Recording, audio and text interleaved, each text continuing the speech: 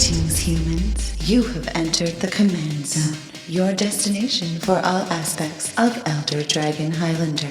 Enjoy your stay. How's it, everybody? Welcome back to another episode of the Command Zone podcast. I'm your host, Josh Lee Kwai. And I'm DJ. DJ, you're back. We're continuing our Strixhaven coverage. We're getting near the end.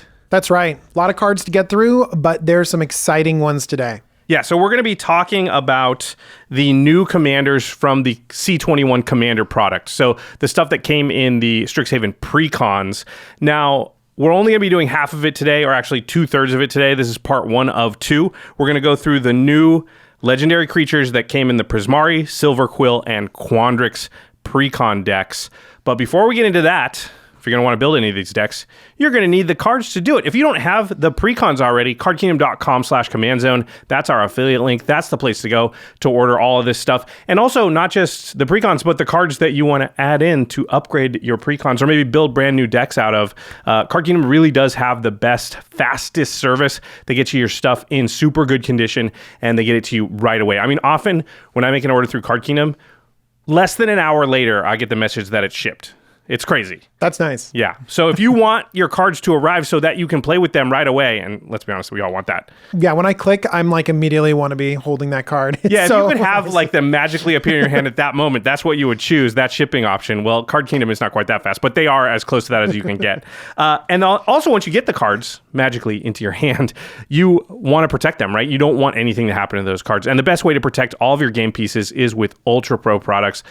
That's the ones that we trust our own collections to. I've got all of my decks sleeved in Pro Gloss Eclipse sleeves, or I'll admit, I haven't quite switched them all over to the gloss ones. I have a few that are in the old Eclipse sleeves that are still good. They're not as good for the foiled out decks. So I did like my more fancy decks. I did switch over, but some of my decks that like, they don't have a lot of foils, they're still fine in the old Eclipses, but Pro Gloss really is the way to go. Do you know what's funny is that you're going to be like, oh, I'm going to switch it over when they wear out, and they never wear out. It's true. Like a lot of decks, I felt a little bit bad because I was switching them into Pro Gloss, but it's not like the old sleeves were bad. So I kept all those sleeves that now when I like get a single that I don't know what deck it's going into, I can put it in one of the old non-gloss Eclipse sleeves just to keep it safe, because that's really what sleeves are for, right? Keep your cards safe. So UltraPro really does make the best stuff to protect your stuff. And then the final way to support all of our content is directly. You go to patreon.com/commandzone. All kinds of cool perks for patrons. One of which, I'd say this perk is probably the best that it's ever been coming up soon, which is you get to watch game nights earlier than the general public. And if you haven't heard, we have a pretty big guest on an upcoming episode. The next episode of Game Nights, which is in June. Yeah, we have Post Malone as a guest on Game Nights. That's a nice little spoiler that broke Magic Twitter. Yeah, it really did. It only got like 7,000 likes or something. People seem pretty excited about it. Let me just say, it's a really cool game. DJ, you get to hang out with Posty a little bit while he was in town. Yeah, he was awesome. It was awesome. You're going to want to watch him play Magic. Yeah, he definitely is a big time player, loves the game. So anyway, you'll get to watch that Game Nights earlier than anybody else if you're part of our Patreon, which is patreon.com/commandzone. Also, you get other perks like talking with Jimmy and DJ and I on our Discord. We're on there all the time. And also, you get to watch extra turns a day early. There's all kinds of stuff. There's a whole community on that Discord. And so if you're brewing one of these commanders that we're talking about today, you can throw it in the Discord and suddenly you have a whole team of people brewing behind you. It's a really great community. Yeah, a lot of veteran players on there. All right, let's get into our main topic here, which is the new commanders. Josh, there's one other way. Oh boy, there's one other. Hold on. Yeah, I forgot something. Sorry. There's one other perk, you mean? There's one other perk. Right. Yeah. Thank you. Thank goodness DJ is here. Without Jimmy, I'm lost. The one other Patreon perk is that we shout out one lucky patron every single episode. And this episode is dedicated to Oscar Modig. Oscar, you rock. Thanks, Oscar. All right, now for real, main topic. Commander 2021, the Strixhaven precons, the new commander review. So we're going to be talking about the new legendary creatures, but we're going to be talking them outside of the deck they come in. Yeah, sometimes when you see a commander in the context of the deck, you're like, oh, there's the one way to build it. There's the one approach to do it. And so when you just pull the legendary creature out like it's any old other legendary creature, how do you build it? What do you do with it? How do you start brewing? Yeah, so we're going to do a deep dive on every single one of these. Again, we're only doing, this is part 1 of 2. So we're going to do Prismari, Silverquill, and Quandrix today. And then on the next episode, which should be coming out in a couple days, we'll do Lorehold and Witherbloom. Boy. Okay, let's start with Prismari. Yeah, let's start with the face card from the Prismari deck. It's Zaffi Thunder Conductor. 2 blue and a red for a 1/4 legendary human shaman with Magecraft. Whenever you cast or copy an instant or sorcery spell, scry 1. If that spell's mana value is 5 or greater, create a 4/4 blue and red elemental creature token. If that spell's mana value is 10 or greater, Zaffi Thunder Conductor deals 10 damage to an opponent chosen at random. So Zaffi cares about the size of the instants and sorceries you cast or copy. If it's small, you scry 1. If it's medium, you make a 4/4, and you'll still scry 1. And if it's large, 10 or more, hard to do, by the way, but we'll talk about that in a second, then you deal 10 damage to an opponent, make a 4/4, and scry. So let's talk about each of those. Cast something, scry 1. What do you think about that? We tend to think of scry as somewhere around like a third or a quarter of a card.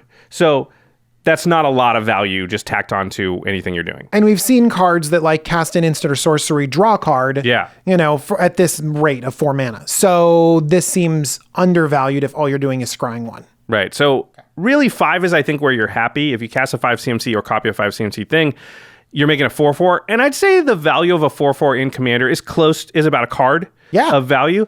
So that's like getting a free card's worth of value. Plus you get the scry, so a little more than a card.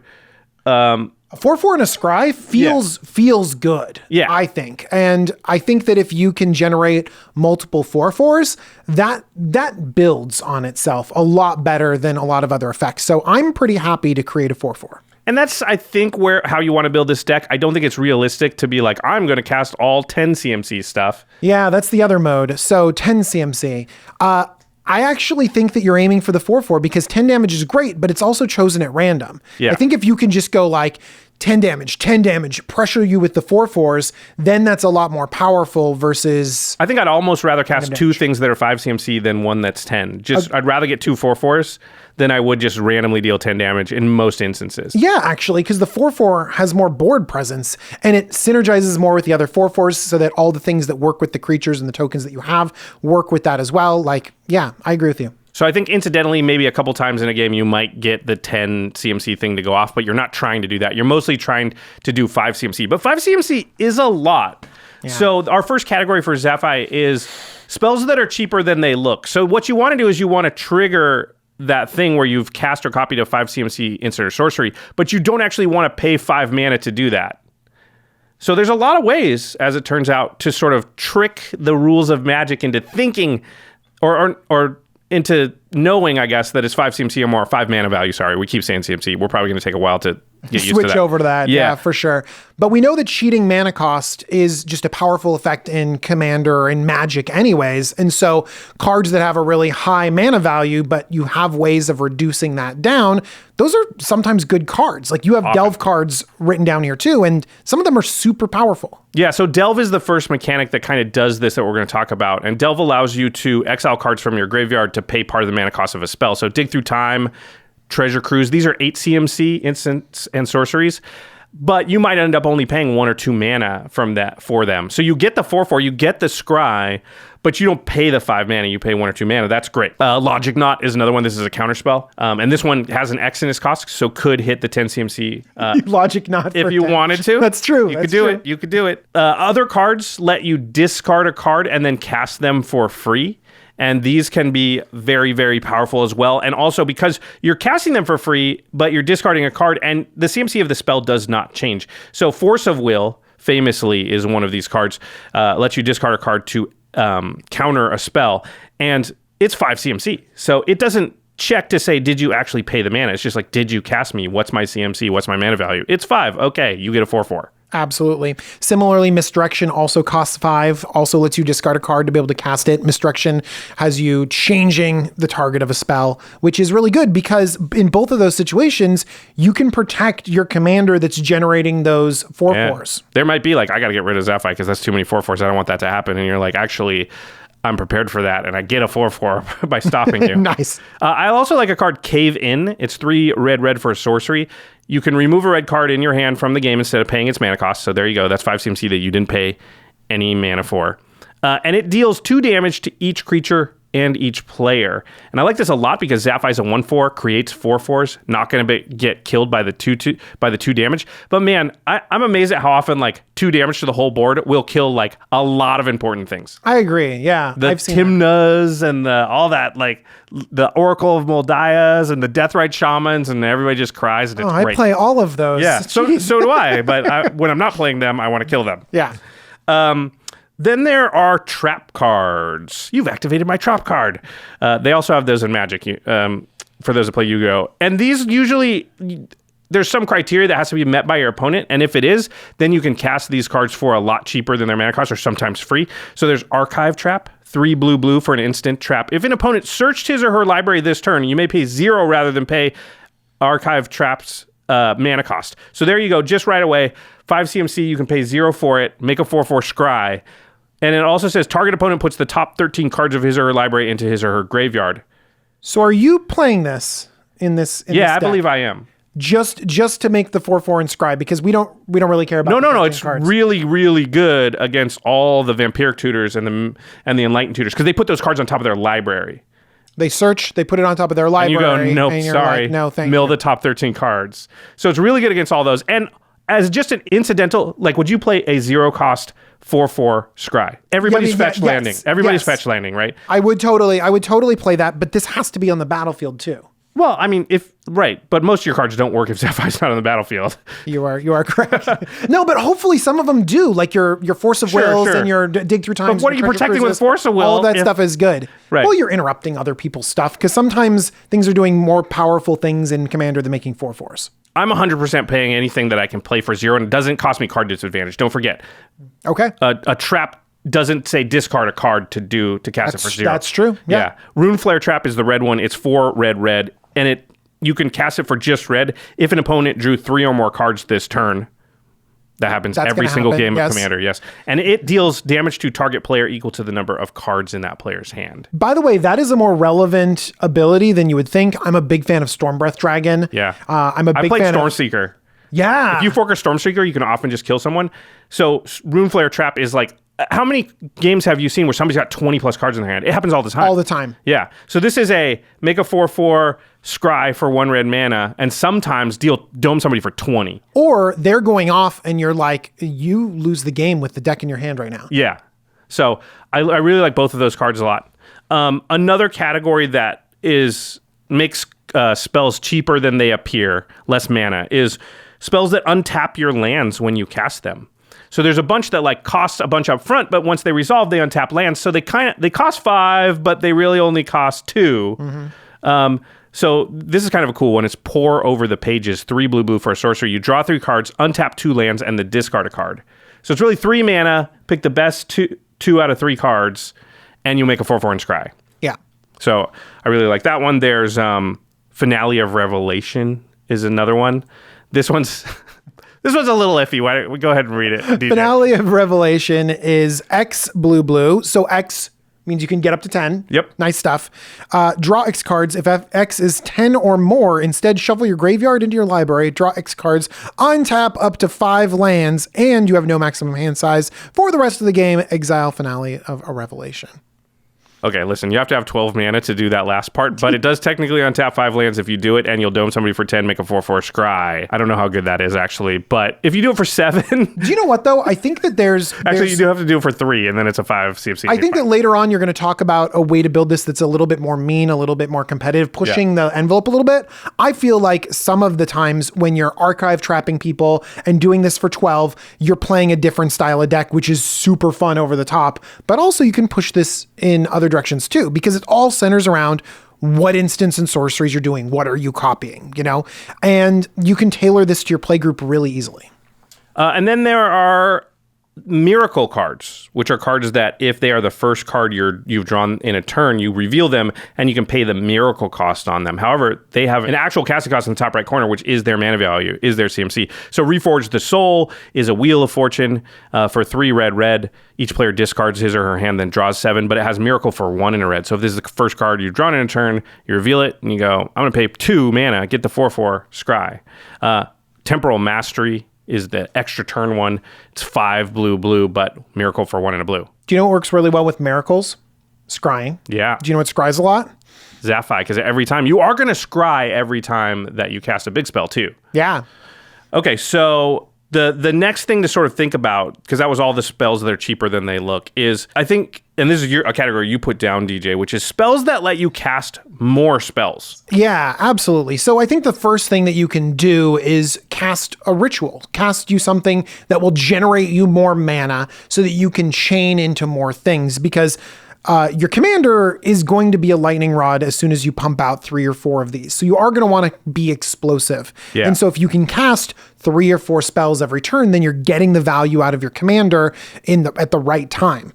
And it lets you do bigger, splashier things. And often the ritual that you're casting is 5 CMC, so it kind of like counts as a spell that makes it for 4 and scries, but then fills your mana pool or gives you more mana than you even spent on the thing to cast even more spells. So it kind of gets the ball rolling, as it were. I think a classic one is Mana Geyser. Yep. You know, Every red deck. Every red deck plays too that. good. Yeah, it's 5 mana, so it's going to trigger your commander, and then you just look at the battlefield and you look at your opponent's lands, and every land that's tapped, you get yourself a red mana.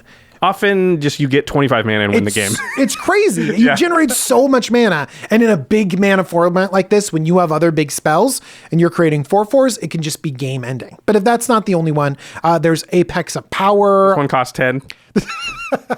Josh has to throw it out there. It's like, this one costs 10. Yeah, you got to know when it costs 10 because it might do exactly. 10 damage to somebody. Apex of Power. Let's read it because nobody plays it, so they're not going to know what it is. It's 7 red, so 10 mana. Sorcery. Exile the top 7 cards of your library. Until end of turn, you may cast spells from among them. If this spell was cast from your hand, you add 10 mana of any one color. So that gives you the mana to then cast the spells off the top of your deck. But, you know, also domes somebody for 10 when you do it. I want to kill somebody that way if I play the Zaphi deck. I just want to be like, get everybody to 10, then cast a 10 CMC spell. That's really cool. But also, if I'm paying 10...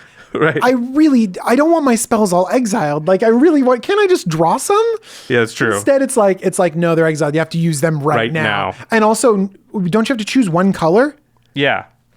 That drives me crazy. Why can't it just fix for me too if I'm already doing this? It's not a great card, but it does fit this category. I do actually like Brass's Bounty a lot. Yeah. That's the one that creates treasures, and treasures are very good because you can set up bigger plays in subsequent turns. You can hold up counter spells. You can do a lot with treasures.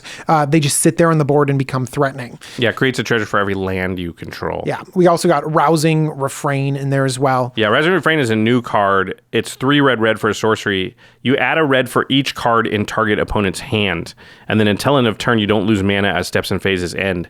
You exile Rousing Refrain with 3 suspend counters on it. Surprise counter. Yeah. Sorry, it's not suspend counters, it's time counters, which is why my brain was like malfunctioning there. Yeah, but anyway, that means you can cast it again for free in 3 turns. So it'll do the same thing.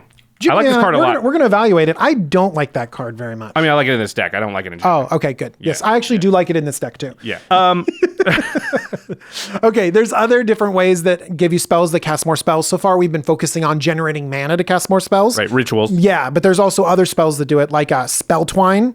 Yeah. Spell Twine's a fun one. Yeah, it's a 6 mana sorcery, and then you basically choose 1 instant or sorcery from each opponent's graveyard, and you cast those without paying their mana cost. So it's pretty cool. Like I think we've gravitated towards Diluvian Primordial to have it on a creature, but when you're in a spells deck, Spell Twine is just great. You know? Yep. We also have like Epic Experiment, Mizzix's Mastery. So those are ways to sort of cheat out a lot of spells. Epic Experiment casts spells.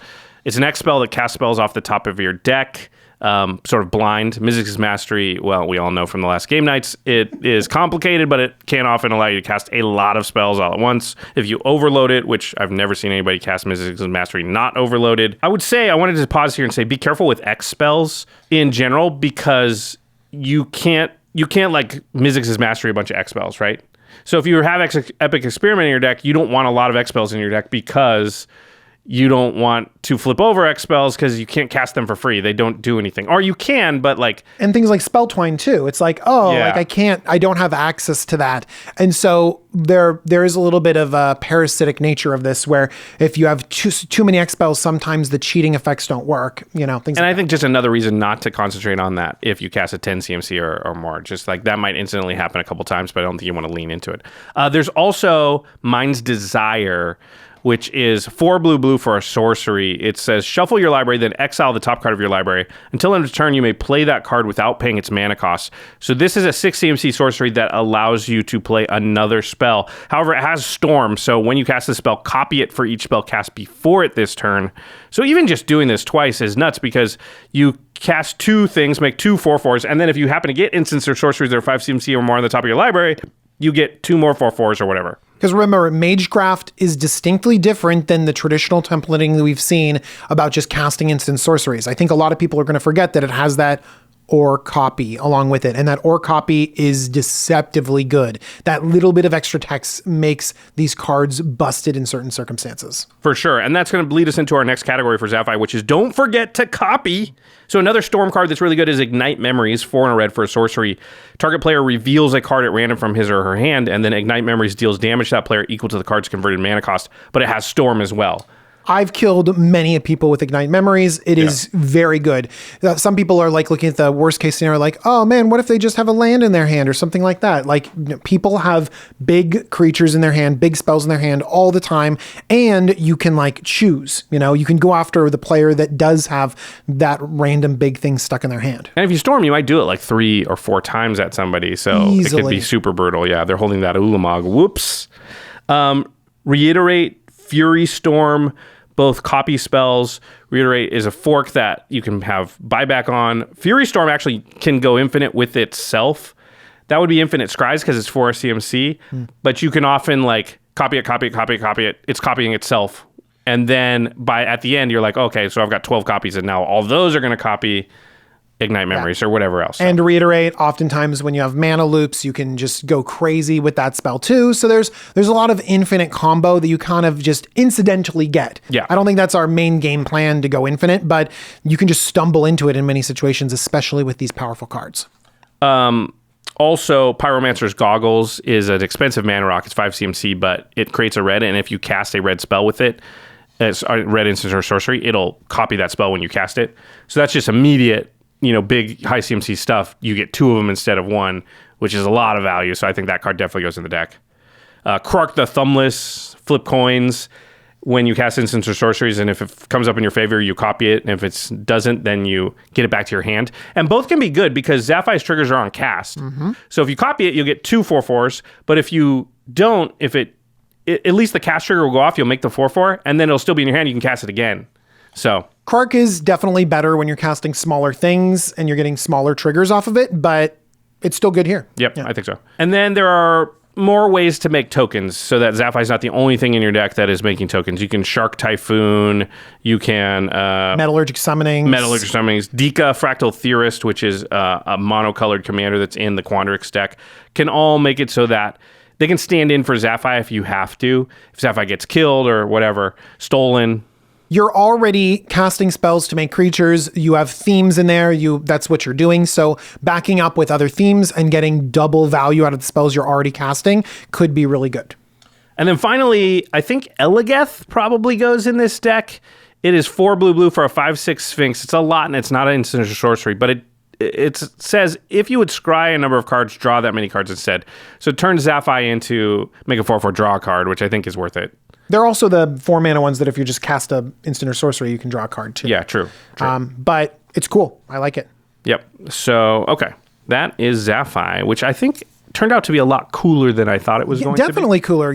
But you talked about, are you going to ignore the mean aspect of it that you wanted to talk about? Oh, sorry. I did put that down here. You added this whole section about, right. If I were building it, Josh says. I did not say that.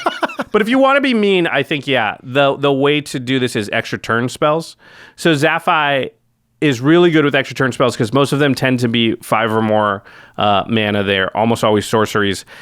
And then an extra turn has the added benefit of kind of giving virtual haste to the tokens that you make. So if you play Time Warp, Part the Water Veil, Time Stretch, Expropriate, these will make 4/4s when you cast them. And then basically draw you a card and give haste to your creatures, if you think of it in that way, because you untap all your stuff on your next turn, and here you are ready to attack. Yeah, I think that you bring up a really good point, because extra turn spells are better if you have board's presence. And sometimes in spells deck, you don't. An extra turn spell is just another card, another untap, another chance to, cantrip or something like that. But in this deck, you definitely create board presence, a big one, with every spell that you play. And so getting an extra turn really builds upon it, So extra turn spells are powerful no matter what, especially in multiplayer formats. But in a deck like this, I think it's a powerful way to go. But people do not like it when other players take a lot of extra turns in a row, so they might get a little scry salty. Into it and make 4/4s and protect your things. And yeah. But it'll be strong if you do it. Okay, let's move on to Veyran, Voice of Duality. This is the commander that I played on the most recent episode of Game Nights. It's 1 a blue and a red for a 2/2 Efreet wizard. Has Magecraft. Whenever you cast or copy an instant or sorcery spell, Veyran gets +1/+1 until end of turn. But it says, if casting or copying an instant or sorcery spell causes a triggered ability of a permanent you control to trigger, that ability triggers an additional time. So it spells Harmonicon.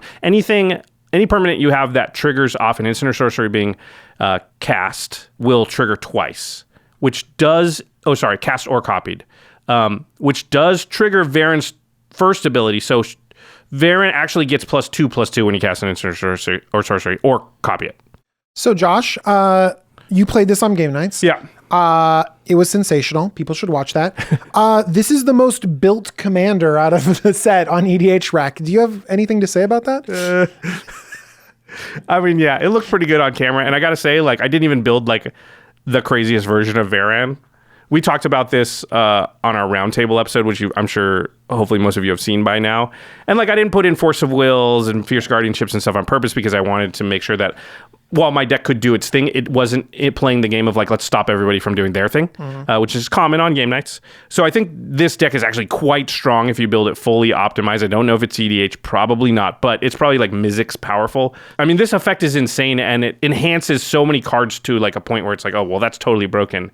And it's easy to do. So while Zaphi wanted you to build your deck casting instants and sorceries of a certain size, Veyran doesn't care the size of the instants or sorceries. And so you're now incentivized to actually cast these smallest instants and sorceries, the ones that are the cheapest possible, because what you're really trying to do is maximize the amount of triggers that you get. So it's a total opposite of what Zaphi wants to do. And in all honesty, that's kind of when you get more competitive, you bring down the curve a little bit. You have more efficiency in your deck, and that's what this has done. So a card that exemplifies this is Gitaxian Probe. You can cast it for 1 blue Phyrexian mana. That means you can pay a blue, or you can pay 2 life. I'm paying 2 life every time. Look at target player's hand. Sure, why not? But more importantly, you draw a card. Just a cantrip for 2 life in most situations. But most importantly, it's synergizing with everything else. You're getting all of those triggers. If you can play all of that and then just the things that trigger, I think you'd probably want to do that, because the fact that you can play them for free, then they replace themselves and they trigger everything. So you trigger everything for 2 life. It's great. Yeah, it's nuts.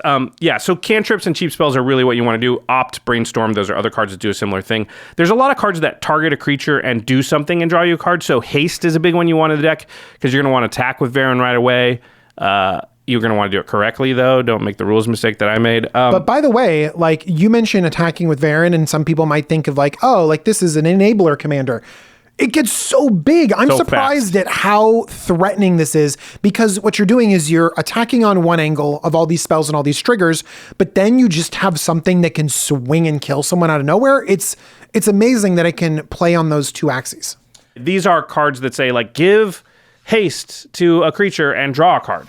And that's really what you're looking for. And they're all 1 mana. And you're looking for the cheapest thing, as many 1 mana things as you can get, that draw a card and hopefully do something that can sometimes be useful. So then we're also looking for those permanents that will gain you that extra value, because just getting Veyran bigger is good, but really you want to be dealing damage, drawing cards, doing more stuff. Yeah, you want stuff that say, when you cast or copy an instant or sorcery, do something. And Veyran's going to say, hey, actually, do that twice. So, and it's only 1 mana now, or whatever, or 0 mana sometimes to do that. So let's talk about, there's a bunch of cards that'll draw you cards. Archmage Emeritus, Wavebreaker Hippocamp, a Beam Splitter Mage. Okay, so I want to read a couple of these. Wavebreak Hippocamp is 2 and a blue for a 2/2. Whenever you cast your first spell during each opponent's turn, draw a card. So as long as that spell is an instant or a sorcerer, I guess if you had Vidalcan Aura or something out, then it will trigger Wavebreak Hippocamp, and you will draw 2 cards.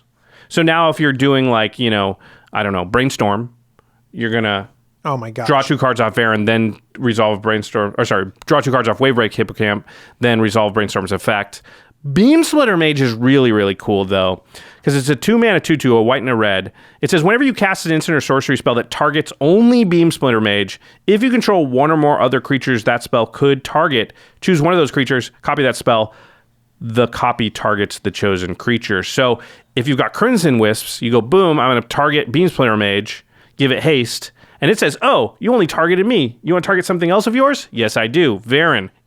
Even though it doesn't need haste, it doesn't matter because I still get the card draw effect off of Crimson Wisp. So now that becomes 1 mana, draw 2.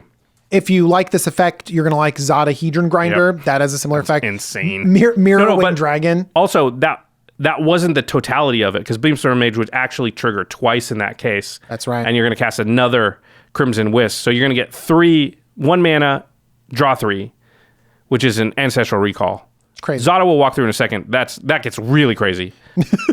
It gets deeper. Yeah. More levels. So there's a bunch of card draw associated with spell triggers, we'll call them. But there's also ramp involved with spell triggers. You saw me use Bergi, God of Storytelling, with Veyran. Man, every time you cast a spell, make 2 red mana is broken. Oh my gosh. When you know what else is broken? And this is a card I think a lot of people should probably pick up right now because it's going to be cheap, but I guarantee this card is going to be like Pitiless Plunder or something later on down the road. Stormkiln Artist, 3 and a red for a 2/2 Dwarf Shaman. It gets +1/+0 for each artifact you control. Might be relevant, but the Magecraft is whenever you cast or copy an instant or sorcery spell, create a treasure token. That's great. Create 2 treasure tokens if Veyran's out. Get Taxian Probe. Draw a card. Create 2 mana.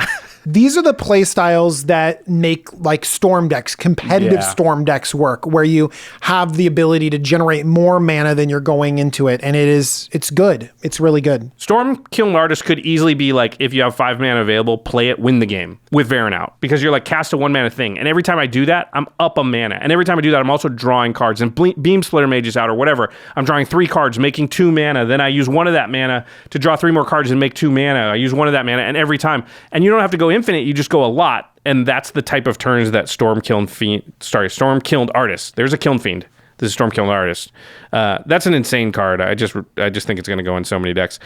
There's Runaway Steamkin, which we've also seen on extra turns and things like that. Every 3 red spells you cast, you can take the counters off of it and then make 3 red mana. But with Veyran out, it's every 2 because you make 4 counters, 2 counters each time. So it just gets up to speed a lot faster. So again, you can cast 2 spells, make 3 mana, cast another spell, it's nuts. And remember, like this is redundancy, which is how you build a reliable deck. And if you ever have 2 of them out, it's like. And one great thing about this deck is most of the cards in your deck are cantrips. So finding these pieces that when you need them is so much easier. Yeah. Then there's also dealing damage with your spell triggers. So Gutter Snipe, every time you cast an instant or sorcery, it deals 2. Well, with Veyran, it's 4. And so you don't need to cast very many spells at all for that to end the game.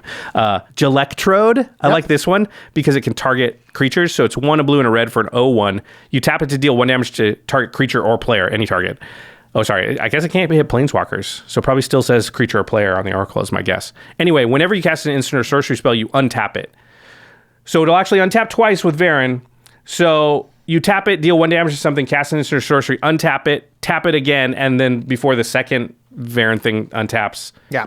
You always, if triggers are on the stack, you always have priority to resolve one of them, do something, and then resolve the other one. So you have time in between those 2 untaps to tap it again. Yep. Do you know what I like? I like this next one. Oh, yeah. This one is cool. We're talking about Arya of Flame. This is one that like I think a lot of people saw and they're like, oh, I want to do this. But you have to jump through some hoops. It's really cool. 2 and a red for an enchantment. When Arya of Flame enters the battlefield, each opponent gains 10 life. That seems bad. Seems real bad. Whenever you cast an instant or sorcery spell, put a verse counter on Arya of Flame. Then it deals damage equal to the number of verse counters on it to target player or planeswalker. Now, we were like, our wheels were turning with this, and it seemed impossible because you're giving away 30 life. You have to cast like 7 spells. Yeah, and it only targets one player. You know what I mean? And so it just meant you had to get to so much. But when it triggers twice and you get 2 of those, so you builds twice as much. And you can say, I don't care if you guys have 10 life. I'm going after the threat. Bam, bam, bam, bam. And it just builds. Oh. Yeah, because Get Probe gets 2 counters, deals 2 damage. Brainstorm gets 2 counters, deals 4 damage. You know, by the 3rd spell, you've already negated the 10 life you gave to somebody. By the 6th spell, you're just killing people, right? Like, yeah, it's doing 12 damage every time. It's nuts. Yeah, definitely in the deck. I wish I've played it a few times since. I've never drawn this card yet, but I'm pretty sure it's going to be good. Okay, where are we here? Another thing is token makers. So, Young Pyromancer, Talrand Sky Summoner, you know, instead of 1/2/2 flyer, you get 2/2/2 flyers. Seems really, really good. Docent of Perfection, I like a lot. It's 3 blue for a 5/4 flyer, but whenever you cast an instant or sorcery, you make a 1/1 human wizard creature token. And then if you control 3 or more wizards, you transform it. Here's the great thing. Veyran's a wizard. So if you get Docent out and cast an instant or sorcery, it'll trigger twice. You'll make 2 wizards. You'll now have 3 wizards, and you will immediately transform it into Final Iteration, which is a 6/5 flyer. Says wizards you control get +2/+1 and have flying. They turn into Delvers of Secrets. And then whenever you cast an instant or sorcery spell, you still get the wizard. This thing with flying gets crazy because it gets pumped up. It's going to have flying. It's going to smash someone and commander damage them out. It is so cool how quickly you'll be able to play that, flip it, give this flying, smash someone with your commander that's supposed to be this value spells thing. I love it. I love when you can turn a commander sideways out of nowhere. Orval's also really good in the deck because when you cast an instant or sorcery spell, if it targets 1 or more other permanents you control, you create a token copy of that permanent. So you would just make 2 copies of anything that you're targeting. So with Veyran out, it's pretty nuts. And as a result, because of this Zada and Beam Splitter Mage, I actually built my version to have a lot more targeting my own creatures. Rather than just cantrip, you're like, you'd rather have a Crimson Wisps than a Opt. Exactly. Yeah, although Opt is still good. Yeah. Speaking of more copies, more ways to copy your spells are really good. So Kruk the Thumbless, we already talked about. Zodohedron Grinder. Zada's insane because if you cast a spell that targets Zada, then you create a token copy of that spell for each creature you control that it could target. And here's the thing, you do that twice with Veyran. So if you have like 5 creatures and you Crimson Wisps, you make 5 Crimson Wisps? No, you make 9 Crimson Wisps, right? And so you draw 9 and give your entire battlefield haste. Yeah, for 1 mana. And Veyran triggers off of the copies too, so Veyran actually gets like +18/+18 from that one spell, and probably just kills somebody, right? Like that's 20 damage right there. Yeah, that's it. So Zada's nuts in the deck. And then Thousand Year Storm. This is a card a lot of people ask me about why I didn't have it in my deck, and I'll tell you why. Because it's super complicated to show on game nights, and I was like, let's just try and keep it simple. Which, by the way... the editors will kill me. Yeah, by the way, I failed at. Like, it was not simple what I ended up doing, but I was just trying to keep it a little bit under control, because also there's a lot of math involved. But undoubtedly, Thousand Year Storm is very, very powerful in this deck. You want to read it? Sure. I love Thousand Year Storm. It's 4 blue-red for an enchantment. Whenever you cast an instant or sorcery spell, copy it for each other instant and sorcery spell you've cast before it this turn. You may choose new targets for the copies. So as long as you can rattle off 3 or 4 spells a turn, it starts getting insane, because by the 4th one, you're casting 4 copies of it. It adds Storm to every subsequent spell. It's pretty cool. Yeah, and when everything you have is like 1 and 2 mana cantrips, you're just going to draw your whole deck and, be able to make infinite mana or whatever. It's pretty easy to do that once you have it out. Basically, if somebody drops Thousand Year Storm, you better kill them or kill it before they untap, or you're not going to win. Yeah, and it's a permanent that has a trigger. It's like they feed off of each other. Okay, so 2 things I wanted to note before we move on to the next one. You do not want too many permanents when you build this deck. One thing I learned by goldfishing and playing it. So you have to have enough instants and sorceries, or the deck won't function. And it's very easy to get excited about all the triggers from Veyran and then just build the deck so it's like, I'm barely triggering anything because most of my stuff is permanents.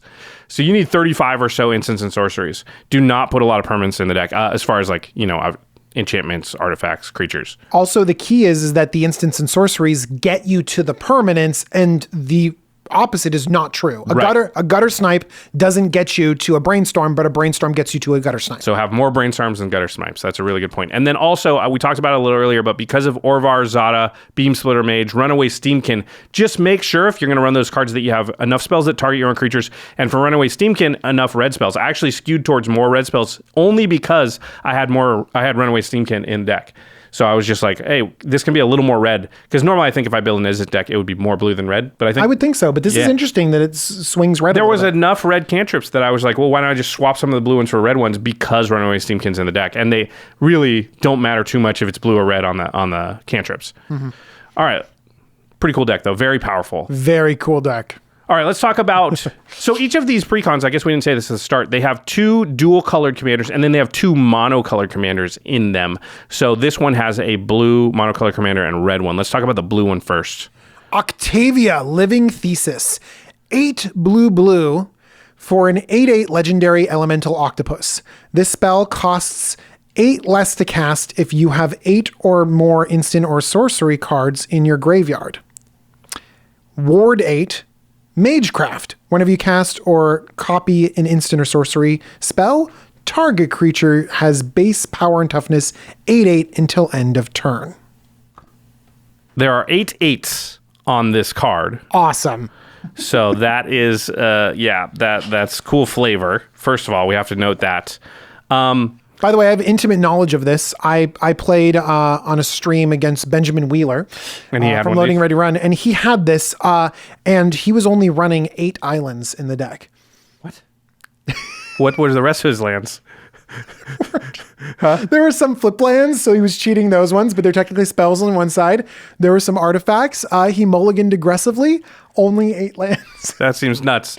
Well, okay. I don't know if I can recommend that. Let's see if Ben Wheeler's deck lines up with what we've written down here. I think the first step here is you want cheap spells, rituals, and cantrips, because you want to... cheap cantrips. Because you want to fill your graveyard up, because you really want to be casting Octavia for a lot less than it's casting. You really want to cast it for 8 less, right? You don't want to be paying 10. You want to be paying 2. So you want the spells that... There's a bunch of spells that like draw you a card. You look at the top 3 cards, draw one of them, put 2 in your graveyard, like Curate, Strategic Planning, those type of cards. Thought Scour. Thought Scour is 1 mana. You draw a card, then you mill yourself 2. Awesome. Yeah. Mental Note is another card that does that. There's Windfall is just a good card that like replaces the cards in your hand and everybody's and dumps a bunch of cards in the graveyard.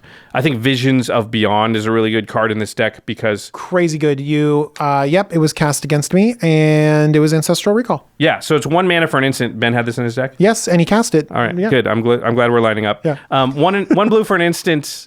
You draw a card, but if your graveyard has 20 or more, if a graveyard has 20 or more cards in it, you draw 3 cards instead. So it is ancestral if you've done a little bit of work. Even just as a 1 mana blue cantrip to just like get an instant or sorcery into your graveyard and replace itself, it's totally fine. Yeah. In Octavia. So I think that's like the first part of the plan. You might even run some self-mill stuff. I like Deranged Assistant and Milliken. They both tap. They're 2 drops that tap to add a mana, but when they do that, they mill you for 1. Search for Azcanta is another card that... Great card. That was one of his lands.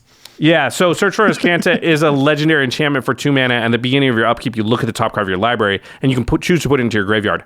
Then if you have 7 or more cards in your graveyard, you can transform Search for Azcanta, and it becomes a land that you can tap for blue, or you can pay 2 in a blue, look at the top 4 cards of your library, and you can reveal a non-creature, non-land card from among them and put it into your hand.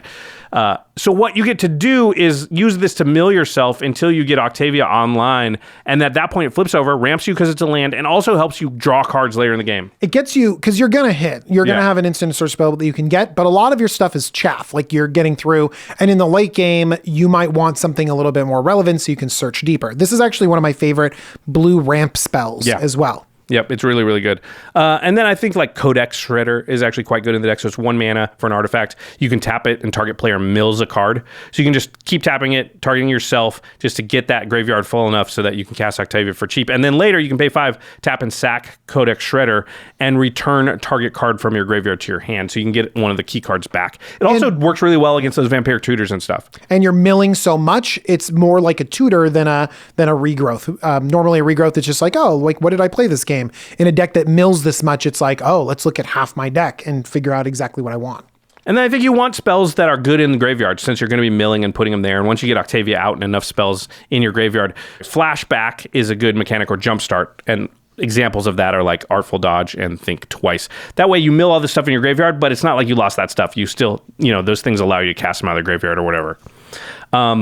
So once you get up to the point that you can cast Octavia, I think a couple things to note here. You want most of these to be instants, because remember, the Magecraft on Octavia is whenever you cast or copy an instant or sorcery spell, target creature has base power and toughness 8/8 until end of turn. It's a lot better to do that at instant speed for a number of reasons, and one is which, if your opponents know you can do that at instant speed, they cannot block you.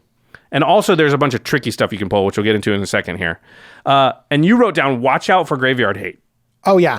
If someone Bajuka bogs you, like, it just ruins your day. Like, what are you supposed to do if someone takes out your graveyard? Which is one reason why we talk about having graveyard interaction in your decks, because decks like this can dump so much stuff in their graveyard. They're actually kind of drawing those cards because they can flash them back. They have access to them. It ramps up their commander. It ends up being very, very good. Luckily, Octavia has Ward 8. So if Octavia is out and they get rid of your graveyard, you're not out of it. But man, if they kill Octavia and then get rid of your graveyard, you might never cast that thing for the rest of the game. Yeah.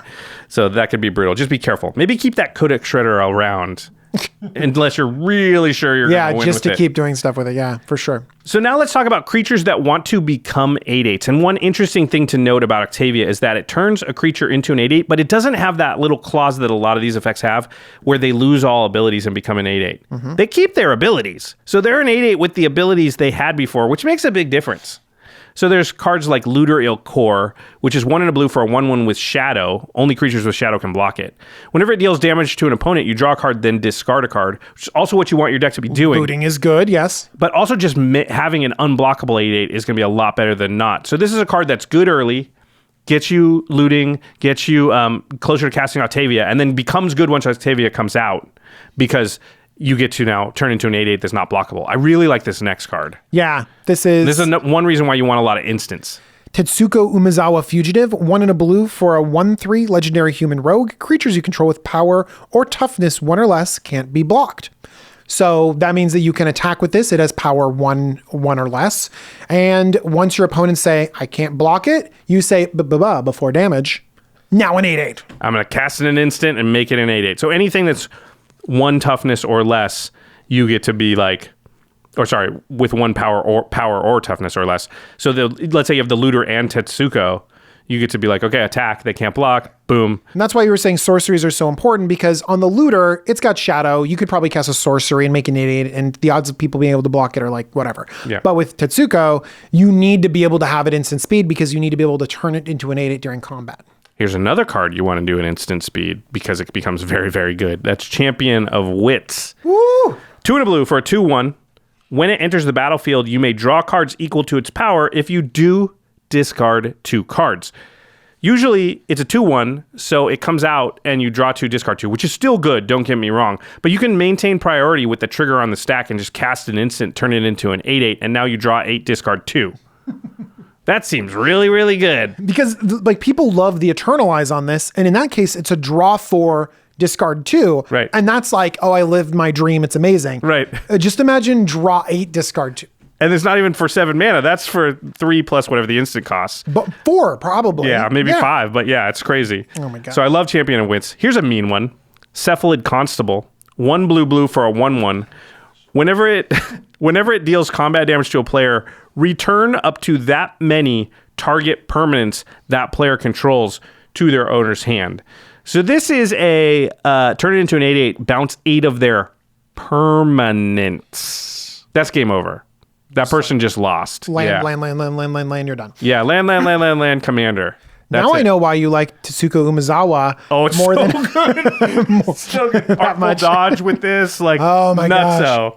Yeah, that's just, it's brutal, but very good. And then there's one more I'm going to talk about that is a card that wants to be pumped. Mausoleum Wander, 1 blue for a 1/1 flyer. Whenever another spirit enters the battlefield under your control, Mausoleum Wander gets +1/+1 until end of turn. But you can sacrifice Mausoleum Wander and counter target instant or sorcery spell unless his controller pays X, where X is Mausoleum Wander's power. So now you can use Mausoleum Wander to like cast an instant, turn into an 8/8, sack it. Now they have to pay 8 more for their spell rather than 1. And it really, I love cards like this because their effect on the game is far beyond how effective that ability actually is, because you just have it sitting on the table with open mana and it's your turn and you're like, crap. I suddenly have to have like a conversation with Josh about like, can are you going to counter this? Can I like, well, what is it? Yeah, the power goes over here. Who are you aiming it at? Yeah, exactly. Jimmy. Yeah, exactly. So just seeing it is so powerful. If it's pay 1 extra mana, it's not that big of a deal because he just pays the 1 extra mana. We've had conversations about the strategy of showing people you have a counter spell in your hand. Yeah. And having that counter spell counter 3 spells just by politics. Yep, exactly. You know, and this does the same thing. Oh, how much would you, like, how good is it if all of your opponents just play the second best card in their hand rather than the best? It's so good. Yeah. So good. I love that card. So that looks mean, but do you know what looks a little bit meaner? You put this down, and Craig is so proud of you. Well, I mean, I want to tell a little Post Malone story really quickly here. Go for it. So we were playing one night off camera, and I don't remember what's happened, but I wandered over, and Craig's in a game with Posty, and I just hear him saying, "You should build an Infect deck." And I'm like, "Oh, hell no," and walked away. And the next thing I know, Post Malone's like, "Hey, I'm building an Infect deck." Oh my gosh. Thanks, Craig. Do you know how many people were like around him, like pitching their own deck ideas? And he's like, oh, and we're like, not that one. Don't even talk to Kyle Hill. What are you doing? What are you doing to their playgroup, Kyle? Come on. Here's the thing. He's just going to build like 20 decks and then it's just going to be a free for all of awesome decks. That's what's going to happen. Yeah. You saw the amount of cards he bought at Frankenstein. He can build 150 decks. It's crazy. I saw the amount of cards he bought. Yep. Okay. Back to mean. Obviously, we're talking about Craig. So it's Infect. Yeah, Blighted Agent. Do you know that's a pretty good card? So Blighted Agent is unblockable. And normally that's like, it's a 1/1, so it's like a 10-turn clock. Right. You know, very well, fair. people pump it, but they like giant growth. Oh, do you pump it by turning it into an 8/8? Oh, boy. Unblockable Infect 8/8. Bam. I think Plague Mirror is actually really good in this deck because it's 2 mana for a 1/1 that taps for 1 mana, but it has Infect. So later in the game, you turn it into a lethal threat. I think that Plague Mirror is underplayed in general. I think that it's just good to have a mana dork like that where your mana dork can be scary and relevant and hold equipment better than the average creature. Speaking of holding equipment, Grafted Exoskeleton, it gives a creature Infect. It also gives the creature a certain pump. Yeah, it gives it +2/+2 and Infect. That's funny because... What's 2 + 8? 10. How much Infect does it take to kill somebody? 10. So yeah, this is brutal because on any creature that's unblocked, Grafted Exoskeleton will kill that player. That's why I think you probably do play a few like Slitherblade type cards too, just unblockable, just to make Grafted like lethal. One thing that's great though is that you don't necessarily need to go Infect either with this deck because 8/8s kill people too. Oh yeah, I mean, it doesn't matter. If you're at 11 and they hit you for 10 Infect, you're probably going to die to normal damage anyway. So, yeah, this is Octavia a lot cooler also than I thought it was going to be when I first read the card. You had an interesting note here about Ward 8. Yeah, so Ward 8 is basically hexproof. I mean, if you think about targeting it with the Swords to Plowshares, one of the most efficient removal spells ever, that costs 9 mana. Yeah, it's interesting because Ward is worded in a weird way. So it says that that spell is countered unless its controller pays whatever the ward amount is. So yeah, unless they paid an additional 8. Yeah, so it's really difficult to target those. Yeah. The Octavia, these other wards. You can target it. It's just not going to... Yeah, it's just going to fizzle. And actually, that's the important part is that are there spells out there that can't be countered that dodge ward that become more relevant? I'm thinking of Boseiju, who shelters all. Oh, Boseiju is so good in general, but now all of a sudden, I can just pay... Yeah, it's a land that you can tap and you pay some life, but basically it makes your next instant or sorcery uncounterable. And so now you can target. Ward doesn't say you can't target. And then it says, hey, I'm going to counter that. And you're like, nope. Yeah. That's pretty cool. You just go straight through it. Or maybe something like Banefire. It just can't be countered naturally. That's still a lot to kill Octavia. Yeah. One other thing, by the way, that you might as well play Swords of Plowshare for 9. I know, right? Yeah. One other thing that came up with this that I didn't expect at all, that ended up being really important, is just being able to impact creature combat on other people's turns and other things that are going on. Oh, because you can target creatures, its opponent's creatures. Yes. So goodness. Not only can you like say, oh, like you're attacking Jimmy and those Saprolings are unblocked, spell, that one, and suddenly Jimmy's taking a ton of damage. But also it's like, oh, you block like this. Oh, this one. Suddenly you've sort of board wiped Jimmy. There are also situations where like I blocked an Eldrazi and he was like, your Eldrazi's an 8/8. Your thing's an 8/8, so they both die. So they both die. The not cool. indestructible Eldrazi. I think it was Kozilek or something like that.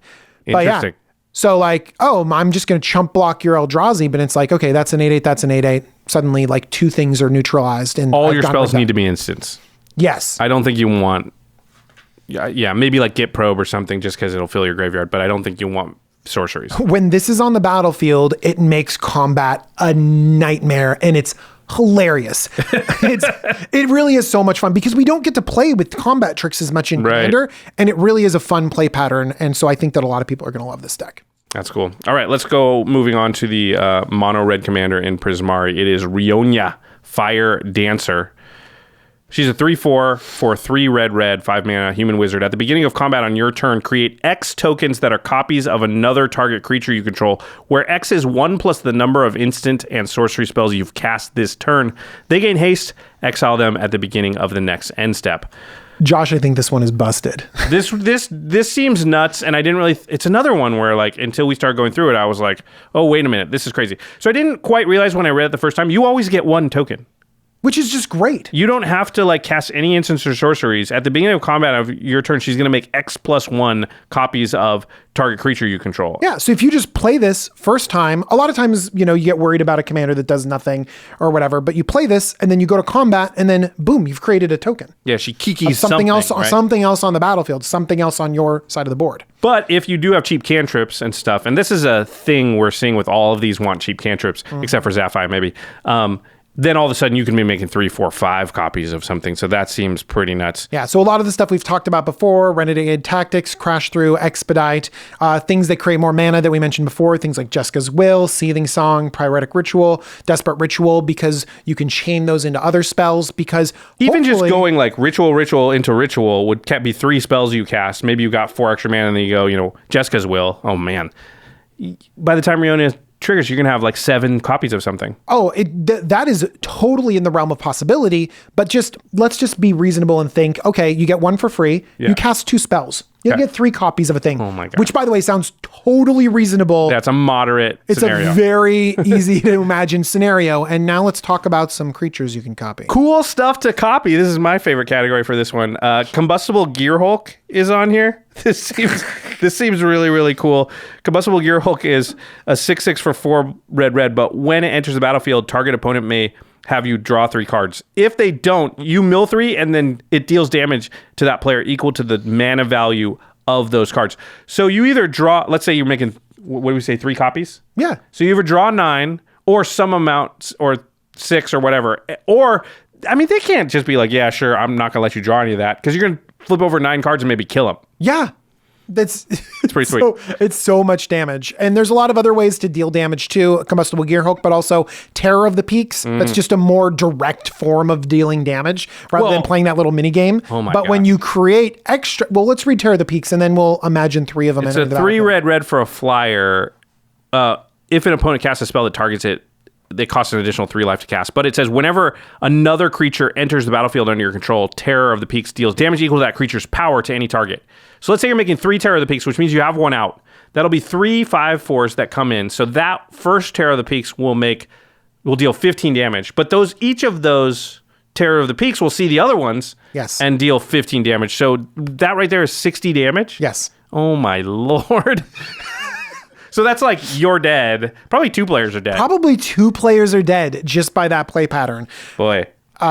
Yeah, for sure. Fanatic of Mogus similar does it for Devotion to Red. Remember, the copies will keep the pips, so it will count the copies that it makes. Then there's like Dockside Extortionist, CG. Dockside Extortionist is insane. I mean, it's already an insane card. Yeah, so here's another way to make it mention, insane. yeah, But yeah, okay, right. fine. You get 75 treasure tokens. Siege Again Commander, just make a ton of goblins. You keep the goblins afterwards. So anything that gives you, all of these cards give you value. A lot of them have been damaged, but right now keeping all those goblins around is really, really cool. And then suddenly you have just a massive board of goblins that you can throw at people, use at your disposal, however you want. I really like Mindclaw Shaman. It's 4 and a red for a 2/2. When ETBs, target opponent reveals his or her hand, and you can cast an instant or sorcery from that player's hand without paying its mana cost.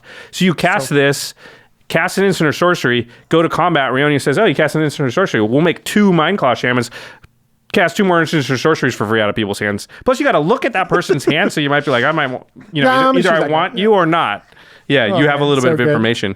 The next 2 are pretty great too. Zealous Conscripts, which threaten effects when it ATBs. But this one's even better. Coercive Recruiter. So this is 4 and a red for a 4/3. When it ETBs, when it or another pirate enters the battlefield under your control, gain control of target creature until end of turn, untap that creature, until end of turn it gains haste and becomes a pirate in addition to its other types. Here's the thing. Coercive Recruiter is a pirate. So you have this out, you make 3 copies of it. That's 3 pirates entering the battlefield, and they trigger when they enter. So what is that? 3, 6, it's 9, an insurrection. 12. Yeah, for 5 mana. 5 mana, insurrection. Steal the board, kill everything.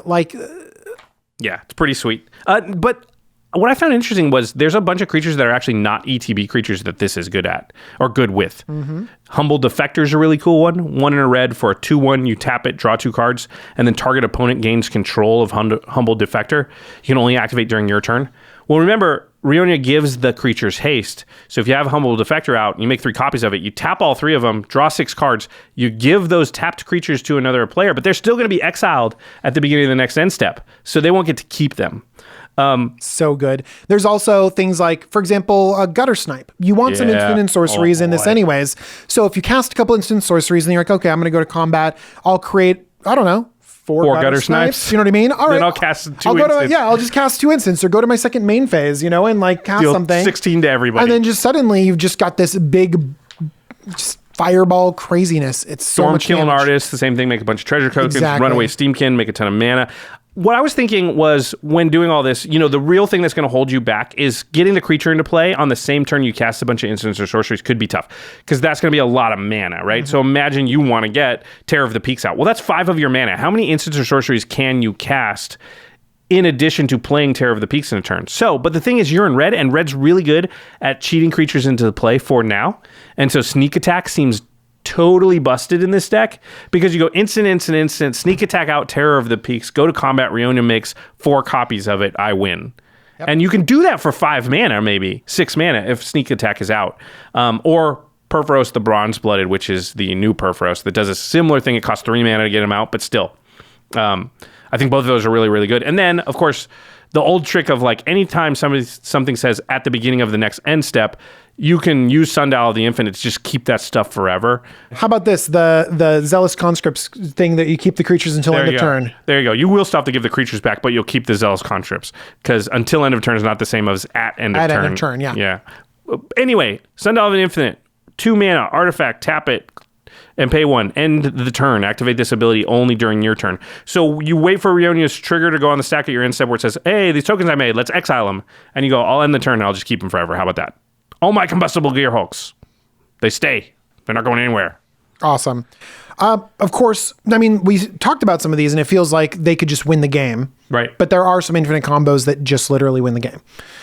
So if we talk about Combat Celebrant. Oh, yeah. So the infinite attack step thing. Yeah. So basically, if you have creatures that give you an extra combat phase, you like Combat Celebrant, for example, you can exert it to be able to give you another combat phase. So basically, if you create another copy of it, you can exert the copy, get another combat phase. Oh, hey, look. Your commander will trigger creating more of them that you can then exert to give you another combat phase. And you can just throw these tokens into your opponent and create more and more and more and more and more of them and win the game. Yeah, Rionia doesn't say, it just says at the beginning of combat on your turn. So every combat, she'll do the thing. She'll make more tokens. So if it is Combat Celebrant or Port Raiser, you'll just keep hitting them, getting more combats, and doing it again. Ultimately, very powerful. Very, very powerful, very fun, and a weird storm thing that's in your command zone that deals with creatures. And so I think that it's powerful, but also plays around with different battlefield creatures in a unique way. A mix of spells and cool creatures to copy seems great. All right, let's move on here to Silverquill. We've only gone through 4 commanders. I'm a little scared now. This is going to be a long episode. Yeah, but they were pretty cool commanders. Yeah, they definitely are. This one is cooler than it looks. It's Brina the Demagogue. 1 white black for a 1/3 bird warlock. Has flying.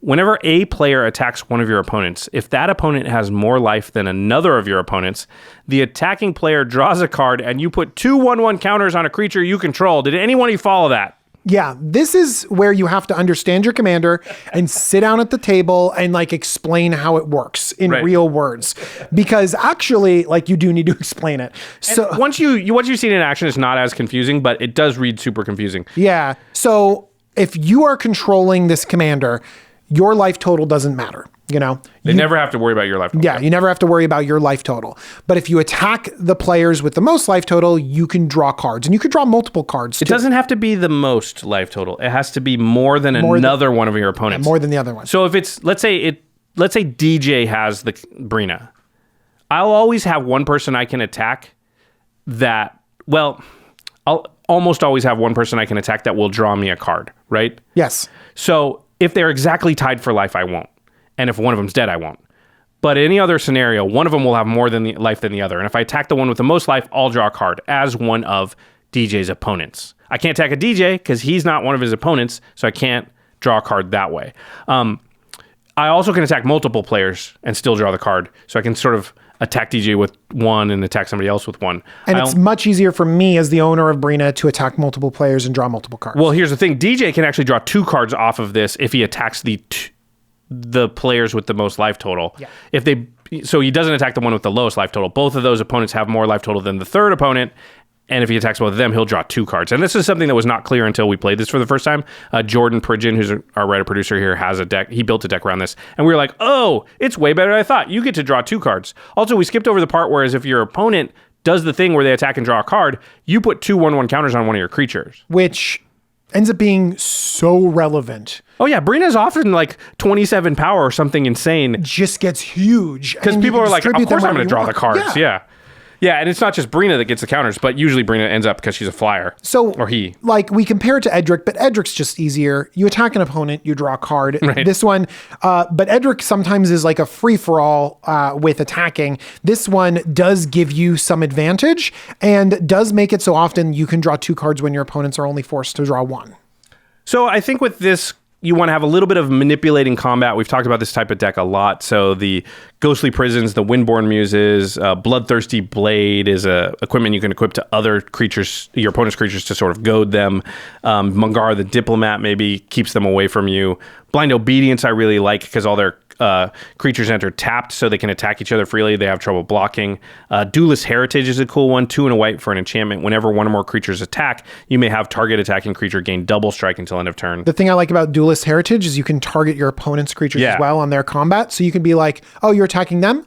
Double strike. Yep. And they're incentivized to attack their opponents because they're going to draw a card. So now they're dealing more damage to each other, and you can still double strike your own Brina. And sending players at different things and having their creatures enter the battlefield tapped, you think like, oh, it's just to like get your lines of attack in. But Brina and your creatures get so big that out of nowhere, you can just sort of run over your opponents and kill them through combat damage. And they're trying to stabilize, but their creatures enter the battlefield tapped. They have to attack. And so sometimes they've like just been a little bit too greedy. They've flown too close to the sun by attacking your opponents, and then you're too big and you crush them. It's really easy to have them get killed in a situation where they thought they were safe because you play Duelist Heritage and they thought they were going to take 8 damage. They take 16 and now they're dead. The Monarch is really interesting as a mechanic with this deck. I'm not sure that I love it because I don't want to give my opponents reasons to attack me, because having the Monarch means that they can now attack me to draw a card, and I want them to only be able to attack my opponents to draw a card. So Court of Grace, Palace Jailer, both give the Monarch and do stuff. I do like Custody Lich, though. It's 3 black for a 4/2. When it enters the battlefield, you become the Monarch. But it also says whenever you become the Monarch, target player sacrifices a creature. So it actually becomes dangerous to take the Monarch from you because it means you can take it back, which means they'd have to sacrifice a creature. So they might just like leave you be. You can be the Monarch. I'm going to attack this person, draw a card because of Brina. I do like that one, but I would be careful, I think, about having too many Monarch cards in this deck. Jordan and I went back and forth on the Monarch mechanic, and I like it a lot. And one thing that he noticed is that you always want a creature to also put these +1/+1 counters on. And so having something like Court of Grace, creating those tokens, creating chump blockers, spreading out those counters is really good. And I think it just depends on how much funneling of damage you have. If it's only your commander funneling damage, then someone might as well just take the Monarch from you, and there's not a good reason. But if you have enough Bloodthirsty Blades and Ghostly Prisons and Windborn Muses and stuff like that, then you can add a whole nother level of card advantage and combat manipulation. And then it's a 1/1 counter synergy deck, really, because that's what you find when you play the deck. And I played against it a couple times now. There's just a lot of 1/1 counters because a lot of people, like, imagine you get 6 1/1 counters between when you pass the turn and when it comes back to you, like every time. And that's basically what happens. Almost more, because you get them when you attack too. Yeah, true. I just mean, like, you play Brina, pass the turn, you get 6 1/1 counters usually by the time it comes back. So it's crazy, yeah. Yeah, so you want things that take advantage of 1/1 counters. Mindless Automaton. Crystalline Crawler is really, really good because you can remove the counters to make mana. Walking Ballista turns those counters into damage. Abzan Battle Priest is one of the Outlast Lords, but it gives all your things with 1/1 counters lifelink. Shinewind is a really interesting one. Had to look that one up. Yeah, you can pay 1 and a white to remove a counter from it and destroy target enchantment. So now your counters become removal. Nikara is pretty cool. Whenever a creature you control leaves the battlefield, if it had one or more counters on it, you draw a card and you lose 1 life. Elenda, when it dies, make vampires equal to Elenda's power. So she gets really, really huge, and then somebody wraths and you still keep a bunch of stuff or get a bunch of stuff. Together Forever, you pay 1, choose target creature with a counter on it. When that creature dies this turn, return it to its owner's hand. So it's protection for your creatures to go back to your hand instead of die, so you don't lose the card advantage. The Ozolith allows you to keep counters when creatures die. It's all this stuff, this 1/1 counter stuff, can add up, I think, and become very, very powerful. I noticed about this deck, there's not actually a lot of ETB effects on creatures. So I think Hushbringer, which says creatures entering the battlefield or dying don't cause abilities to trigger. This is from our Art of the Board Wipe episode a month ago now. Sort of noticing what your deck doesn't do. Mm-hmm. Most decks have a lot of ETBs. This doesn't. I might play Torpor Orb in this deck. Just really shut down what my opponents are trying to do and really play into the counters thing. I'm just trying to make my stuff big. And it's okay if you have some non-bows in your deck. Like, some people get really afraid of Hushbringer and stuff like that. There's like 2 cards in my deck. It won't work. Because Elenda the Dust Rose, it's like, oh, it's such a cool vampire. It's like, no, like, you're fine. Yeah, you just don't play Hushbringer if Elenda's out, or don't play Elenda if Hushbringer's out, and you're fine. You're drawing 2 cards every single turn. Yeah. It's great. Okay, so that is Brina. And Brina is just very, very cool. It is way stronger than powerful. I think. Yeah. Like, way stronger than I thought. I thought it was like this like group huggy type manipulate combat, like, it was that like fun commander thing where you like to incentivize other people to attack. Yay. Guaranteed, Brina will kill you and swing for 35 at one point in the game. It's crazy. Like, I'm just like, oh man, Brina got out of control so fast. Yeah. Very cool deck. All right, we've got the rest of the Silverquill. We've got Quandrix still coming up. A lot to go, so don't go anywhere. We'll be right back, though, after a quick message from our sponsors. Prismari, perform! Pulling off a Prismari command isn't easy. It's not just a spell, it's a performance, darlings. And every show is different, but one thing doesn't change. Before the show must go on, our BOMBAS socks must go on our feet. Our magical dance routines are incredibly demanding. We used to burn holes in our costumes left and right, literally. But BOMBAS's fabulous Hex Tech performance technology changed all of that. They're stitched with special moisture-wicking yarn and temperature-regulating vents that prevent overheating when our high kicks get too hot to handle. And BOMBAS has a different glorious style for every sport, with spectacular and specific design features to help you optimize your performance. And there's nothing more important than performance! Go to bombas.com/command today and get 20% off your first order. That's bombas.com/command for 20% off. Again, bombas.com/command. All right, darlings, back to 1. Mystic's Mastery is on the stack. Looks like it's showtime! Hey Josh, what you working on? Just tweaking my Rune deck. It's been feeling a little clunky. You know, as Commander players, we put a lot of effort into our decks, but we don't always spend enough time working on our own well-being. Yeah, and let's be honest, that's often a lot harder than just switching out a few cards. Which is why we want to tell you about BetterHelp. It's an easy, affordable service that can help you get access to professional counseling. If something is getting in the way of your happiness or making it harder for you to reach your goals, there's no shame in looking for help. Whatever you might be dealing with, BetterHelp will assess your needs and match you with your own licensed professional therapist. They're convenient, professional, and confidential. You can send a message to your counselor at any time and schedule weekly video or phone sessions on a timetable that works right for you. And BetterHelp is available worldwide. They have specialists for a huge range of issues: anger, grief, anxiety, stress, and many more. I've been seeing a therapist for 2 years now. We want you to start living a happier life today. Plus, as a Command Zone listener, you'll get 10% off your first month by visiting our sponsor at betterhelp.com/commandzone, all one word. Join over 1 million people who have taken charge of their mental health. Again, that's BetterHelp, HELP.com/commandzone. Hey, I'm Gerard, Weatherlight Hero, and I'm just moments away from sacrificing myself to destroy Yawgmoth, so I don't have much time to spare. But guess what? Neither do you! When it comes to preventing permanent hair loss, that is. That's why I'm here to tell you about Keeps, the simple and easy way to keep your hair. Personally, when I noticed that my hair was thinning, I freaked out. No way was I ready to be bald. I mean, imagine how my statue would end up looking. Good thing I know a bit about bringing things back from the graveyard. The trick is speed.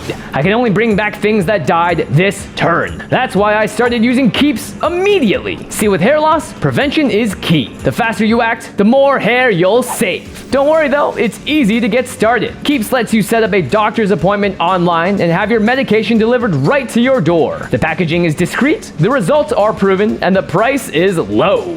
If you're ready to take action and prevent hair loss, go to keeps.com/command to receive your first month of treatment for free. That's keeps.com/command to get your first month free. Again, keeps.com/command. You know, I should have maybe picked better last words than these.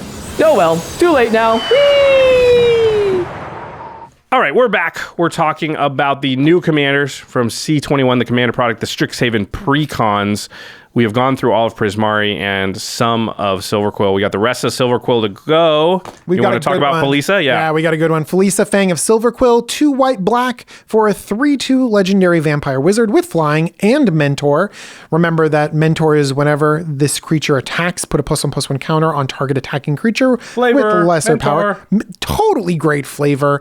And then whenever a non-token creature you control dies, if it had a counter on it, create X tapped 2/1 white and black inkling creature tokens with flying, where X is the number of counters it had on it. So the number of counters it had on it is actually a pretty big deal and something I think I missed the first time that I read this card.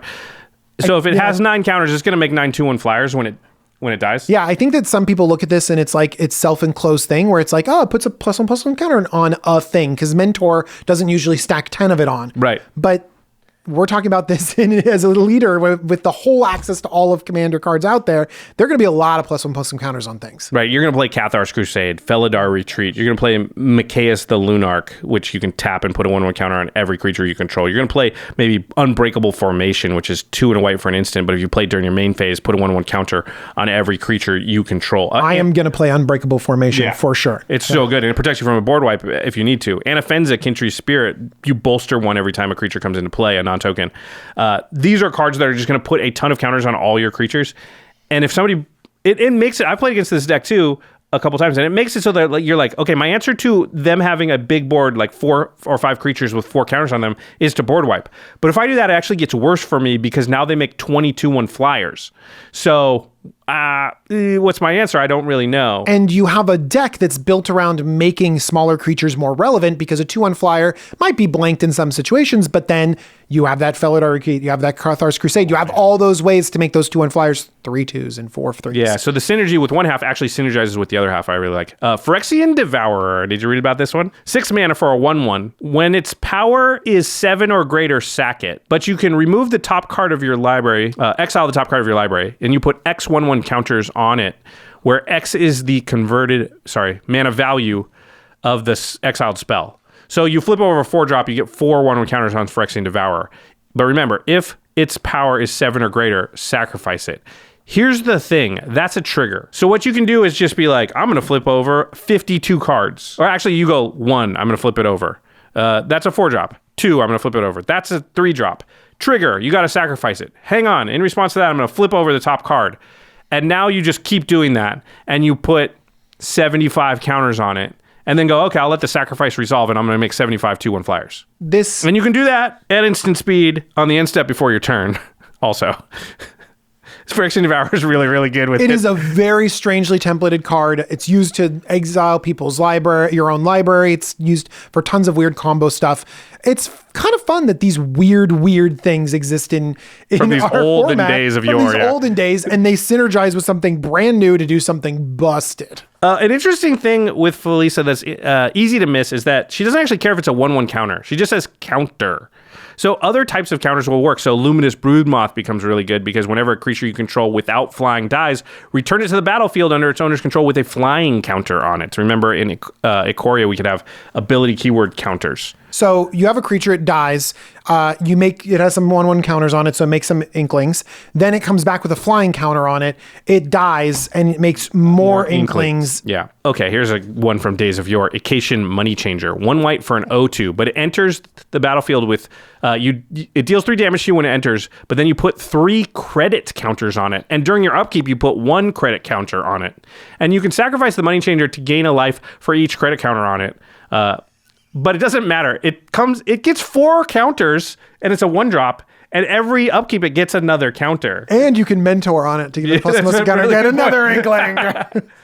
Cauldron of Souls really good with Felisa because when your stuff, you can choose any number of target creatures and they all gain persist until end of turn, which means if they don't have a -1 counter when they die, they come back with a -1 counter. And persist is really good in general because it has those -1 counters. We've seen persist and +1/+1 counters work really well because whenever you have a -1/-1 counter on it, it doesn't matter. You put a +1/+1 counter on it, that just removes. They negate each other. So then now there are no counters on it. Now there's no counters on it. So when you have a deck that's built around +1/+1 counters, anything with persist can get that persist -1/-1 counter wiped off so that you can sort of reset it, sacrifice it again, do more broken stuff. Yep. Machias also gives a dying to all your creatures, which is a similar thing. Very, very good. And then one of the best cards in the deck, might be the best card in the deck, is Black Sun Zenith, I think. Black, X, put X -1/-1 counters on each creature. And then you shuffle this into its owner's library. So let's imagine that the biggest thing's a 6/6, and you go, I've got 5 creatures. You're right. I'm going to Black Sun Zenith for 6. I'm going to make... That's going to put 6 -1/-1 counters on my 5 creatures. It's going to kill every other creature on the board, including mine. But because those are -1 counters on my creatures when they die, I'm going to get 32/1 flyers. So anything that gets -1 counters to the whole board is good. Carnifex Demon does a similar thing. Harbinger of Night, similar thing. Yawgmoth Thrawn Physician doesn't give it to the whole board, but it's doing everything your deck wants to do. Putting -1 counters on stuff, sacrificing creatures, drawing cards. You're going to have proliferating. Disposable inklings to draw cards on. Proliferate goes crazy when you have a board full of stuff with counters. Yeah. Or a couple -1/-1 counters over here and over there. Yep. So Yawgmoth just seems like one of the great cards in the deck. And then I think it's kind of like a aristocracy deck after that, right? You've got your Pitiless Plunderers and your Zulaport Cutthroats and your Bastion of Remembrance and your Cruel Celebrants. And, you're going to want ways to sack creatures. You got your Altars and your Viscera Seers and, a lot of the counter synergy from the other deck too, the Together Forevers and the Ozolith and stuff like that. When you have a deck that has this many ways to make tokens, you want to attack on different axes because if you can always turn them sideways and just kill someone. But a lot of times to make your deck more powerful, you want to be able to say, okay, like I can't get through, something's going on. I want to win this turn. I'm going to attack you. Sacrifice. You're dead too. Yeah, just drain you out or whatever. Okay, here's a mean card for this deck as we cap her off. Cataclysm. So if you ever get a board and all your creatures have like 4 or 5 counters on them, you just play Cataclysm. It's 2 white for a sorcery. Each player chooses from among permanents he or she controls an artifact, a creature, an enchantment, a land, then sacks the rest. I mean, I pitched Cataclysm in my Vivictus Asmati? No, what was the Lorehold dragon? Velomachus Lorehold. Yes. Yeah, and I said it was mean, but it's also a good card in that deck, and it's a good card in this deck. Why do we keep talking about Cataclysm? Because anytime you're like, hey, I'm going to sack my whole board, everyone's going to only have 1 mana after this, but I'm going to have 32/1 flyers. Exactly. Yeah. I'm not saying do that. Yeah, we're not saying do it, but like, you'd win the game with the single card. As long as you don't cast it in situations where like you don't have any counters and stuff and you're just trying to like slow down the game. Don't do that. We also have token synergies in here. You mentioned some other ones, like you mentioned Pitiless Plunderer and all of these tokens that are on your commander as well. So Anointed Procession doubles those up. Divine Visitation turns them into 4/4 angels. The Least Reverent Medium can give you more tokens. You feed into the tokens even more. Yeah. So it's got a little bit of token deck, but a little bit of Aristocrats deck. Those often go together, and then a little bit of a counter deck. I like that when it's like it kind of bridges across all of these. It feels like it has a lot of synergy together. Yeah. All right, let's move on to the mono black commander from the Silverquill deck. It is Feign the Broker. 2 and a black for a 3/3 human warlock. Has 4 activated abilities. You can tap Feign and sack a creature to put 2 1/1 counters on a target creature. You can tap Feign and remove a counter from a creature you control to make a treasure token. Or you can tap Feign and sack an artifact to create a 2/1 Inkling flyer. Or you can pay 3 and a black and untap Feign the Broker. So you tap, put a 1/1 counter on something, then you tap it, take one of those counters off, make a treasure, then you tap it, sack the treasure, and make an Inkling. And then you can tap and sack the Inkling to put 2 1/1 counters. So it does create a chain. It does go infinite because you get 2 +1/+1 counters. You only need to take off 1 to get going down the chain. Right. If you could create infinite mana, you do need black mana to continue to do this. You can make infinite amount of Inklings, I guess is where you end up. Or you can draw your deck, right? Infinite amount of treasure tokens. No, there's no card draw. There's no card draw on it? Yeah, you can't draw your deck. Well, you that's just make sad. infinite Inklings. But you can have infinite mana too. Infinite mana, infinite Inklings. Infinitely big something. True. So you can, obviously infinite mana is good with Feign, but you need black mana in there, so it's a little bit harder. You can't just Basalt Monolith, Rings of Brighthearth, done. You need black mana in there. Yeah. A lot of similarities, I think, to Felisa, except this is mono black and a little more geared towards artifacts, but it does have this counter synergy thing. It's a lot of people compared it to Trading Post, which is 4 mana for a thing that has a bunch of abilities that are similar to this, and I think Trading Post probably goes in this deck because it's doing a lot of the same stuff. I called it an Aristo counters deck. Do you like Trading Post? I love Trading Post. Okay. You always find a use for Trading Post. It's like a planeswalker that can't be attacked. Yeah, I think Trading Post is always great. There's always stuff you want to do with it. Because I'm a little lukewarm on this card, honestly. Yeah, listen, I don't think this is as powerful as most of the other ones we've talked about, but I do have a love for tap and untap effects. I think that keeps a commander in a nice power level because it's just like you need an additional step. You can't just go off with it the turn you play it. I think that's good. But I don't think this is going to be, you can't make a C80H deck out of Feign. But you're going to want to put counters on stuff so that you can take them off. So it's a lot of the same stuff as Felisa, Mikaeus, Cauldron of Souls. Pitiless Plunderer is good because you're going to want things to die. And this might be more leaning towards Artifactocrats because of the sacrificing artifacts part.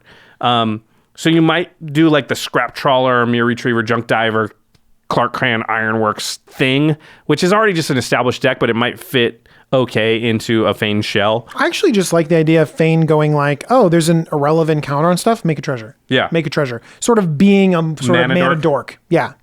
And then you can do untap synergies with Feign, 1,000-Year Elixir, Mage Right Stone. I think Staff of Domination is probably like one of the best cards in the deck because now you can create infinite mana and really go nuts, endlessly untapping Feign. Although if you do that and you have Staff, maybe you don't need Feign. Illusionist Bracers would make Feign tap and do its thing twice. Definitely a little bit more efficient. Heartstone, maybe to make it untapping easier. And once you get down to 3 mana, maybe it's a little more easier. Yeah, I think this deck can do some cool stuff, but I don't think it's like insanely powerful. Anyway. You might have convinced me a little bit about this. Like, I like commanders where there's always something to do. Yeah. Sometimes you have a commander and it's just like, it's like an enchantment that you play out of the command zone, or it's just something like, oh, I need the colors, something like that. But having a commander that you really interact with and you use all the time, and it's not so threatening that it immediately gets killed, that's kind of like a fun value engine that I do like. So I think you convinced me a little bit. I think you'll be able to sneakily get into some loops that do powerful things. All right, let's talk about the last commander, the mono white one from Silverquill. Nils, Discipline Enforcer. 2 and a white for a 2/2 legendary human cleric.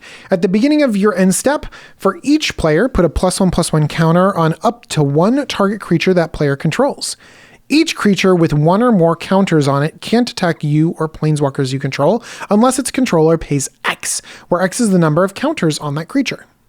Okay, so it stops your opponents from hitting you with this stuff But you got to put counters on it. You have to. You got to make it bigger. Right. It doesn't have to be 1+1/+1 counters, but you're in white, mono white, if this is your commander. So your options for other types of counters are pretty limited. It's not like white's throwing out -1 counters on stuff. If this was in black, it would have been a lot better, I think, because now you're putting -1 counters on their stuff, and it's happening. And then, so ostensibly you have to enhance their creature in some way, probably bump it up with +1/+1 counters so that it can't attack you, but then they can eventually kill Nils and then just be like, thank you for making my creature huge, and I'm also going to kill you with it now. So a lot going against it. You did note there are some decks, though, that this card just shuts down hard. Which is really funny when you look at it. It's just like, oh, you're playing Nils? I'm playing Skullbriar. I'm playing Catheril.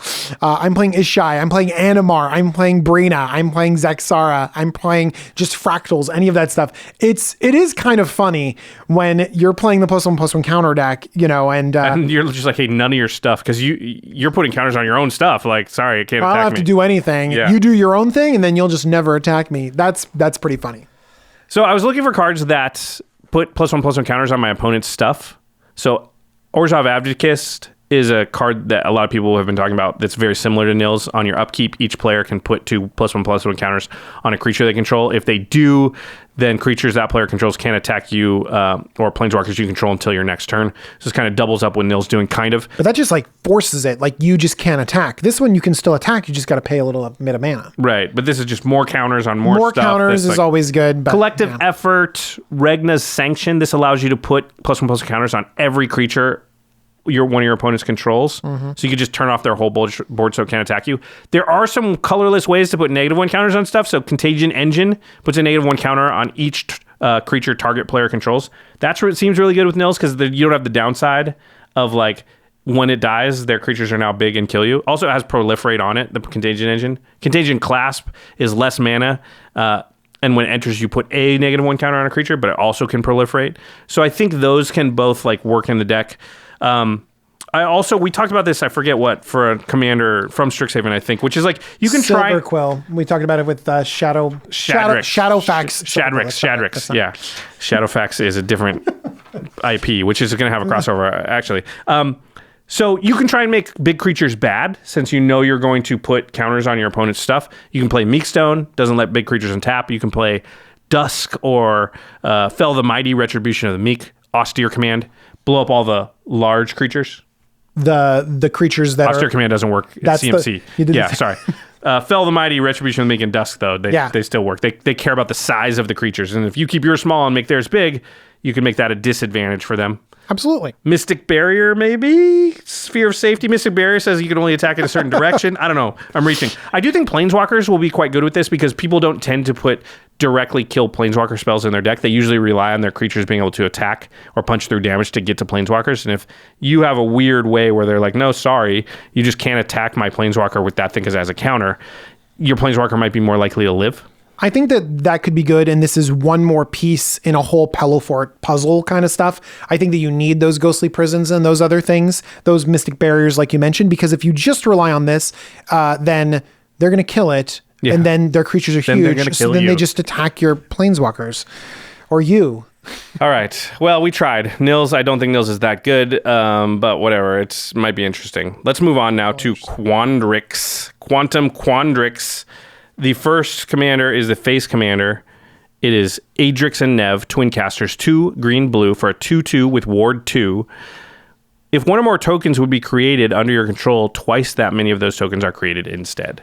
Parallel lives. I mean, we play with that doubling season. Yeah, I think the first step you think of is you want to double your double or quadruple or whatever. Oh, yeah. Double your quadruple. You want to double up the doubling. Whenever you're doing a strategy, if you have other redundant pieces and other pieces that sort of boost your same strategy. Yeah, so this will double, and then when you get exponential growth, that's where we're at. Yeah, so Parallel Lives doubling sees double your double. Second Harvest is you already established a bunch of stuff on the board. Double that up too. Helm of the Host, creating multiple ones of these. Same thing goes with Spark Double, Sakashima of 1,000 Faces, or the Imposter, creating more of these, creating double things. And I mean, if you're creating a token copy of this, that works. Interesting. With so Home of the Host. Token copies of it. With Home of the Host, so Home of the Host creates a non-legendary token copy of it. So it's like it makes 2 of them, and then you have 3 of them out on the battlefield, so that when you go to your next combat phase with Home of the Host, you make 4 of them. Oh, sorry, 6 of them. Yeah, you create 1, and then it doubles. 4, yeah. Bring your calculator. As a good Quandrix should. That's a good Quandrix should. But that's the over-the-top play pattern that we're looking for right there. So once you're doubling, what do you want to double? And I think Scoot Swarm is a pretty good one. Yeah, if you have creatures that put multiple creatures out on the battlefield, that's good. Scoot Swarm does that. If you have creatures that create creatures every single turn, so that you're doubling more often, like Coma, Cosmos Serpent, Tendershoot Dryad. Every upkeep they're making tokens, so you're making 2 tokens or 3 tokens or 4 tokens. Yeah, exactly. So constantly pumping out stuff. Yeah, I know. Fairy Artisans, severely underplayed. You should be playing this. Did you see it on extra turns? Manson played it and it did a lot of work. Nice. It's 3 and a blue for a 2/2 flyer. Whenever a non-token creature enters the battlefield under an opponent's control, you create a token that's a copy of that creature, except it's an artifact in addition to its other types, and then you exile all other tokens created by Fairy Artisans. So getting a token is amazing because you're just getting those ETB effects that we've talked about being so important. You know, when we talk about Hushbringer shutting those down, it's just like everyone has these ETB creatures. And so if you can steal those ETBs, have a relevant creature on the battlefield, even if it's going away, it's totally fine. But when you're doubling this up, when you're doubling and getting more tokens, it becomes crazy good. Now, to be fair, you will still exile all the other tokens that were made previously, but you will get like the 2 new ones come in. You'll get 2, those will stay, but they'll kill the other 2 that were there before. If you have 2 Adrix and Nevs, you'll get 3. Yeah. Yeah, super, super good. Amphimutineer. A favorite card of Josh and mine's. Keep playing it in your decks. With Encore, it's really good because it not only is a good target to sort of double up, but when you Encore it, if you make 3 Amphimutineers, but that's actually 6 or maybe more than that, Amphimutineers, it just becomes Board Wipe City. Exile too. So love that. So in general, I think Encore is pretty good. And Eternalize can be really good. Imagine like Champion of Wits. Again, you pay 7 mana, but you make 3 4/4s that all draw you 4 cards and then you discard 2. Amazing. Yeah, seems really, really good. Also, it's not just creatures. Some of these only work with creatures, but you can actually double up your Tireless Tracker tokens. Oh, that's so good. You could double up your kicked Skyclave Relics. Your Spell Swindles, if you're creating all of those treasures. Nice. Spell Swindle's so good with this card. You hold it up, you know they're going to want to kill it, and you just go like, I'm going to Spell Swindle your card, and I'm going to make 12 treasure instead of 6. Oh my gosh. Hole Breacher. But yeah. It's a good card. Hole Breacher, make 2 treasure every time somebody doesn't draw a card. Yeah, that's... For sure. And so this deck, this kind of builds itself, but you notice that we've hit on not just boring +1/+1 or boring 1/1 creatures or saprolings or whatever. We're trying to get relevant creatures as tokens to double them up. That's why we focus on the ones that create more, the ones that create them every single turn or every single upkeep. So yeah, just a fun card. All right, let's talk about the next one, which is Essex Fractal Bloom. This is the commander I played on the most recent game nights. Essex Fractal Bloom is 4 green/blue for a 4/4 legendary creature, Fractal, with flying. The first time you would create 1 or more tokens during each of your turns, you may instead choose a creature other than Essex Fractal Bloom and create that many tokens that are copies of that creature. Okay, so you make copies of creatures you control rather than the tokens that were originally going to be made. I think a big overall note I learned about Essex is you want most of your stuff in your deck to be creatures so that you have more targets for things to copy when you do make tokens. So even your token makers, you mostly want to be creatures. You really want to make multiple tokens all at once because it only triggers the first time on each of your turns. So if you just make 1 token, you can get some value and it can be good, but it's way better if you make 4 tokens all at once. So anything like Hornet Queen, Avenger of Zendikar, Deep Forest, Hermit, those all make a bunch of tokens all at once, and then those tokens are actually going to be copies of something. And also the good thing about those being creatures is you can copy the thing that's making the tokens and make even more tokens. But remember, it won't keep going because Hornet Queen will make 4 flyers, and then those become Hornet Queens, which will then each make 4, but that's the second time you've made tokens. So you'll end up with 5 Hornet Queens and 16 1/1 flyers, which is still very good. It's like, that's all? Master of Waves is really good because it's 3 and a blue for a 2/1 When it enters the battlefield, you make a number of 1/0 elemental creature tokens equal to your devotion to blue. However, they'll see all each other, so that all their devotion will count. So you play Master of Waves. Let's say your devotion blue is 4. You're going to make 4 tokens all at once. They're going to be Master of Waves. All those Master of Waves will see each other, so now your devotion to blue is 8. So you'll make 8 for each of the 4, so 32. And your Master of Waves, you'll have 5 of them now. We'll all give +1/+1 to all of them. So, yeah. So it's 32 5/6s? Yeah. So you need a calculator again, but Master of Waves is very, very good. Skittering Invasion, Beacon of Creation. Again, these are instants and sorceries that make a lot of tokens all at once. Spell Swindle, because it does not say whenever you make creature tokens. What it does say is you can only copy creatures. So you spell swindle something. It would have to be the first time you're creating tokens on your turn, though, so be careful. Got it. Yeah. And of course, doubling this stuff up could be really good as well. So everything that we mentioned before, Parallel Lives, Doubling Season, Home of the Host, Spark Double, etc., all of that stuff works really well because if you're making tokens, you might as well make more tokens. I wanted to present a caution here, which is you do not actually want stuff that creates one thing every turn. So Coma, especially if it's during your upkeep, Coma, Tendershoot Dryad, Awakening Zone, From Beyond, because that thing will trigger during your upkeep. It'll be the first time you make a token on your turn. You'll make one copy of something, and then you won't be able to do the Hornet Queen thing. So you don't actually want to put yourself in the position where you can't have the big explosive plays. So you don't want those cards in your deck. That's smart. All right, and then one thing that I saw a lot of too is being able to create tokens on lands. So basically, you can play your lands and everything's fine, but then later on in the game, you crack your land to create some Thopters or whatever, and then you have that sort of contingency plan if you ever run out of gas. Yep. And then you just need good stuff to copy because you can't always rely on your opponents to have awesome things. So E-Witness, Mole Drifter, Agent of Treachery, Steal Everything. Risen Reef is insane, and this is a card I missed and didn't put in my upgrade video for the deck, but it would 100% be in there now. This is 1 green-blue for a 1/1 elemental. When it enters the battlefield or another elemental enters the battlefield under your control, you look at the top card of your library. If it's a land card, you may put it onto the battlefield tapped. If you don't put that card on the battlefield, put it into your hand. So what this does is I got a Risen Reef out.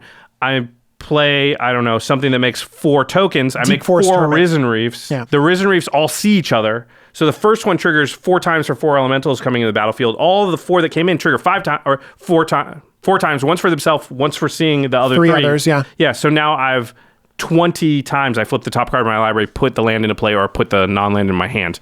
Risen Reef is nuts in the deck. Unbelievable. Yep. And then you want to be able to reuse and use and reuse your creatures, and you really probably want to do that through bounce.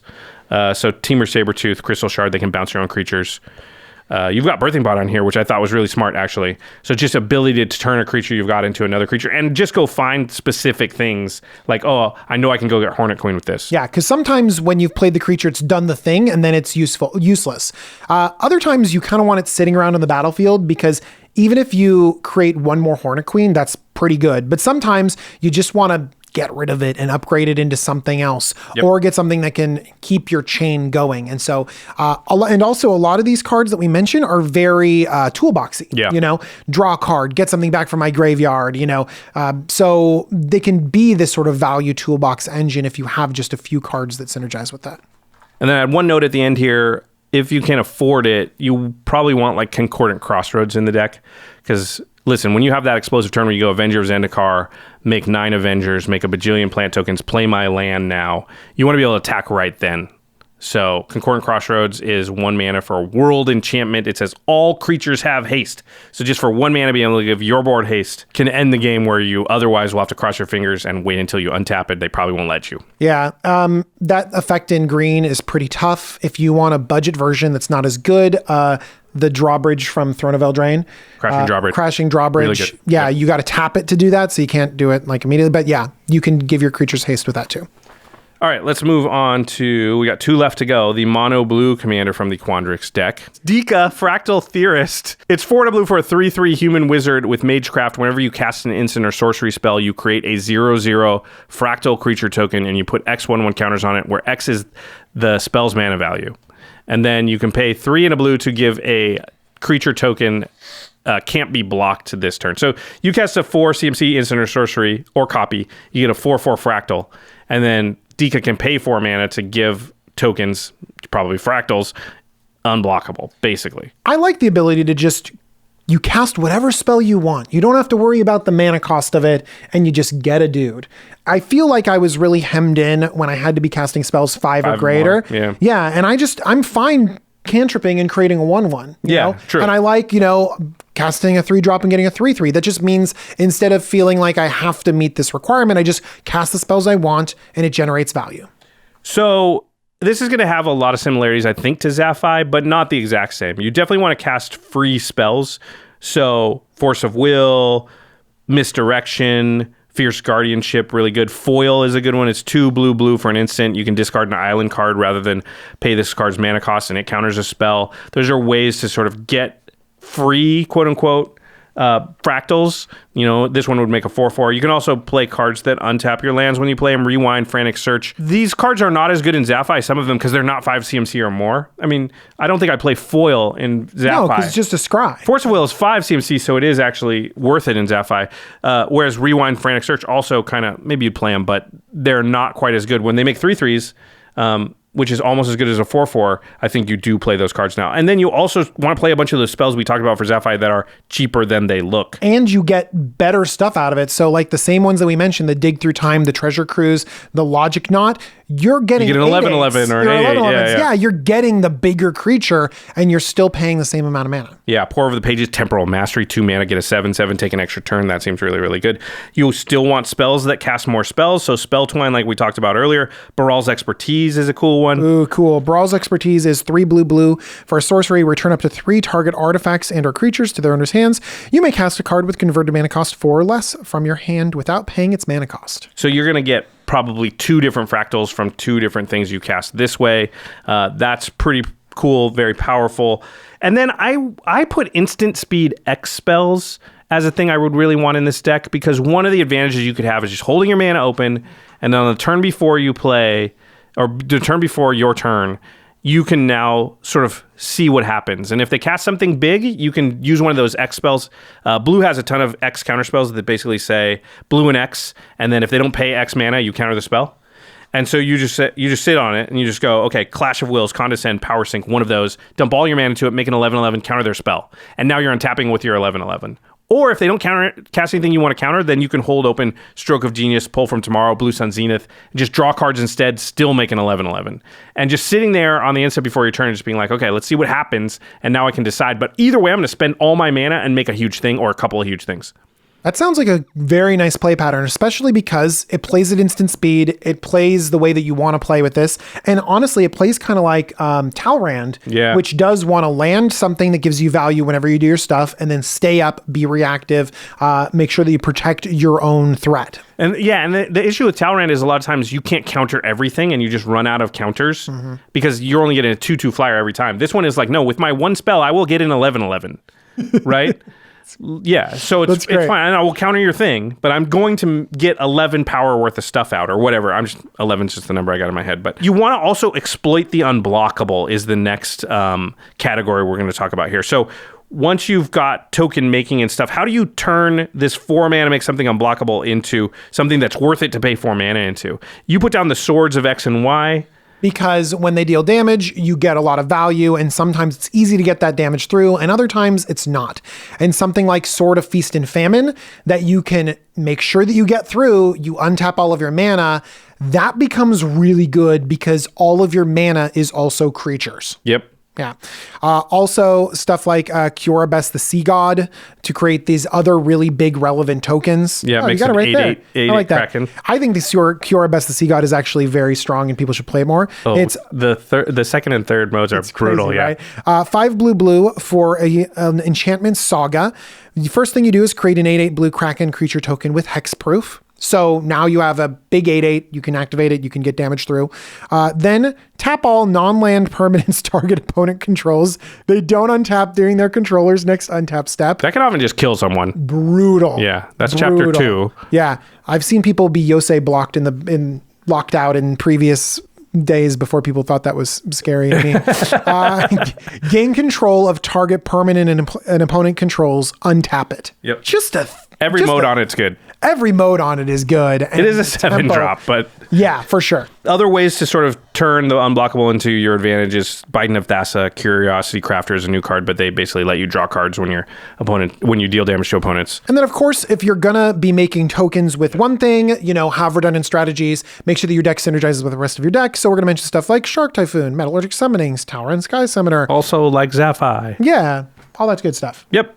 I think this deck will be very similar to Talrand, but maybe a slightly different, like I said, because one big spell is a little better for you. And I actually think it might end up being more fun than Talrand because I think that the play pattern that you had to get in with Talrand, because they are 2/2s, is protect Talrand, and a lot of little spells. A lot of little spells, counter. This one, it leans more into Commander, where you're like, oh, I got a spell for you. I'm going to play something I need to spend all my mana. Yeah, for sure. All right. We got one more to go, and you've called dibs on reading it. I called dibs on it because it's so great. It's Ruxa, Patient Professor. 2 green for a 4/4 legendary bear druid, and he just looks so patient and so wonderful. Whenever Ruxa, Patient Professor enters the battlefield or attacks, return target creature card with no abilities from your graveyard to your hand. Creatures you control with no abilities get +1/+1. You may have creatures you control with no abilities assign their combat damage as though they weren't blocked. Oh. So here's the thing. He's just teaching these students that just have no abilities. They're just so He's like, all my students are idiots. Yeah, all my students are idiots. Is this why you like it? Because you're in education? He's just a bear taking these little blank creatures that have no abilities and being like, look, I'm going to be patient. I'm going to pump you up. I'm going to let you get your damage through. I'm going to bring you back to the graveyard. That you won't need me anymore. I'm going to get you there. And look at him. He's just a nice bear in wearing clothes. All right, so it's Vanilla Creature Tribal. The card that everybody immediately thinks of when you talk about Ruxa is Muragonda Petroglyphs. 3 and a green for an enchantment. Creatures with no abilities get +2/+2. I gotta say, this should be more than +2/+2. It really should. Yeah, but anyway, that's the card everybody thinks of. That's your payoff. There's a whole bunch of vanilla creatures that are like fine. Gigantosaurus, 5 green mana for a 10/10. Leatherback Baloth, 3 green mana for a 4/5. Colonian Tusker, 2 green mana for a 3/3. I like this Icehide Golem. It's 1 snow mana for a 2/2. Yeah, I guess you play a bunch of vanilla creatures. We're gonna have a discussion about whether actually you play a lot of vanilla creatures or not, because we'll talk about it in a second. I like things like Garenbrig Carver, which is 3 and a green for a 3/2 vanilla, but it has adventure. So you can, as an instant, play the adventure side, and target creature gets +2/+2 until end of turn. But it's a vanilla creature when it's a creature on the battlefield. So that's a way to kind of get around yeah. A little bit. Listen, so Josh took off my creatures that I think are the biggest reason to play this deck. Did I take them off? Yeah, well, because they're awful. You took them off for good reason. Crawworm. Like, so you have to wonder, is there like meme value to this? Like, are you playing Crawworm and Force Bear? Editors get the right Force Bear art in there. Well, Bear Tribal, I think, is a thing. Force Bear. That's the Graham That's card. The one where it's like, oh. Yeah, like, so are you playing these like inherently bad cards and trying to make them good? Well, I think yes, but the inherently bad cards are not Crawworm and Forest Bear. No, but those are the meme aspects of it. They're like those Gigantosaurus and Leather Baloth. You'll play those too. Those are bad cards. Those are bad cards, yes. So, like, I'm going to play the good bad cards, not the bad cards. You probably have to play both because there are not enough good bad cards. That's a good point. Wow. But well, what about just Bear Tribal? Yeah, okay. Most bears don't have abilities, and you just do as many 2/2s for 2 as you can do, and they're really 2/2s for, or 3/3s for 2. I also thought, you know what, morphs.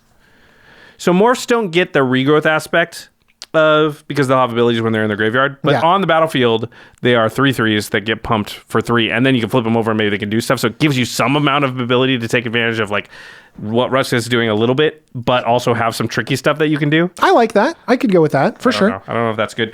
Here's the next category. It's tokens, because tokens usually have no abilities. So here we go again. Tendershoot Dryad. Asika's Chariot makes cats and also makes more tokens. You've got Wolverine Riders. So 4 green for a 4/4. At the beginning of each upkeep, create a 1/1 Elf Warrior creature token. And then whenever an elf enters the battlefield under your control, you gain life equal to its toughness. That's not an ability given to the elves, so they'll still be vanilla creatures, although the Wolverine Riders is not. All of these, the creatures themselves are not. So like the Tendershoot Dryad, it's got a lot of text on that. Same thing with the... But the saplings it makes don't. Exactly. Ayula's Influence is green for an enchantment. You can discard a land card and make a 2/2 bear. Garruk Primal Hunter, 2 green for a 3 mana planes or 3 loyalty planeswalker that can make 3/3s with no abilities, or you can -3 it to draw cards equal to the greatest power among creatures you control, or you can -6 it to make a 6/6 worm for each token, 6/6 worm token for each land you control. Those worms don't even have trample. That's a plus side in this deck. That's true. You don't want them to have trample. Well, Ruxa kind of gives them a weird form of trample. It does. Right? It gives them we'll talk about that later. Azuri's Predation makes 4/4s, which will be 5/5s with Ruxa and fight everything. They don't have abilities, so that might be good. I think the downside of tokens is that in general, Ruxa's not getting anything back from the graveyard. Into None the of those things that we mentioned you can get back. Yeah, because tokens, the tokens themselves don't go to the graveyard and sit there. So, but does that matter? Is that a thing that you care about too much with Ruxa? Are you just hoping once in a while I'll get a Gigantosaurus back, but in general I don't use that ability? Yeah, I think in general you won't use that ability because I think that if you're playing a creature-based deck, power and toughness does matter, so giving +1/+1 will do something.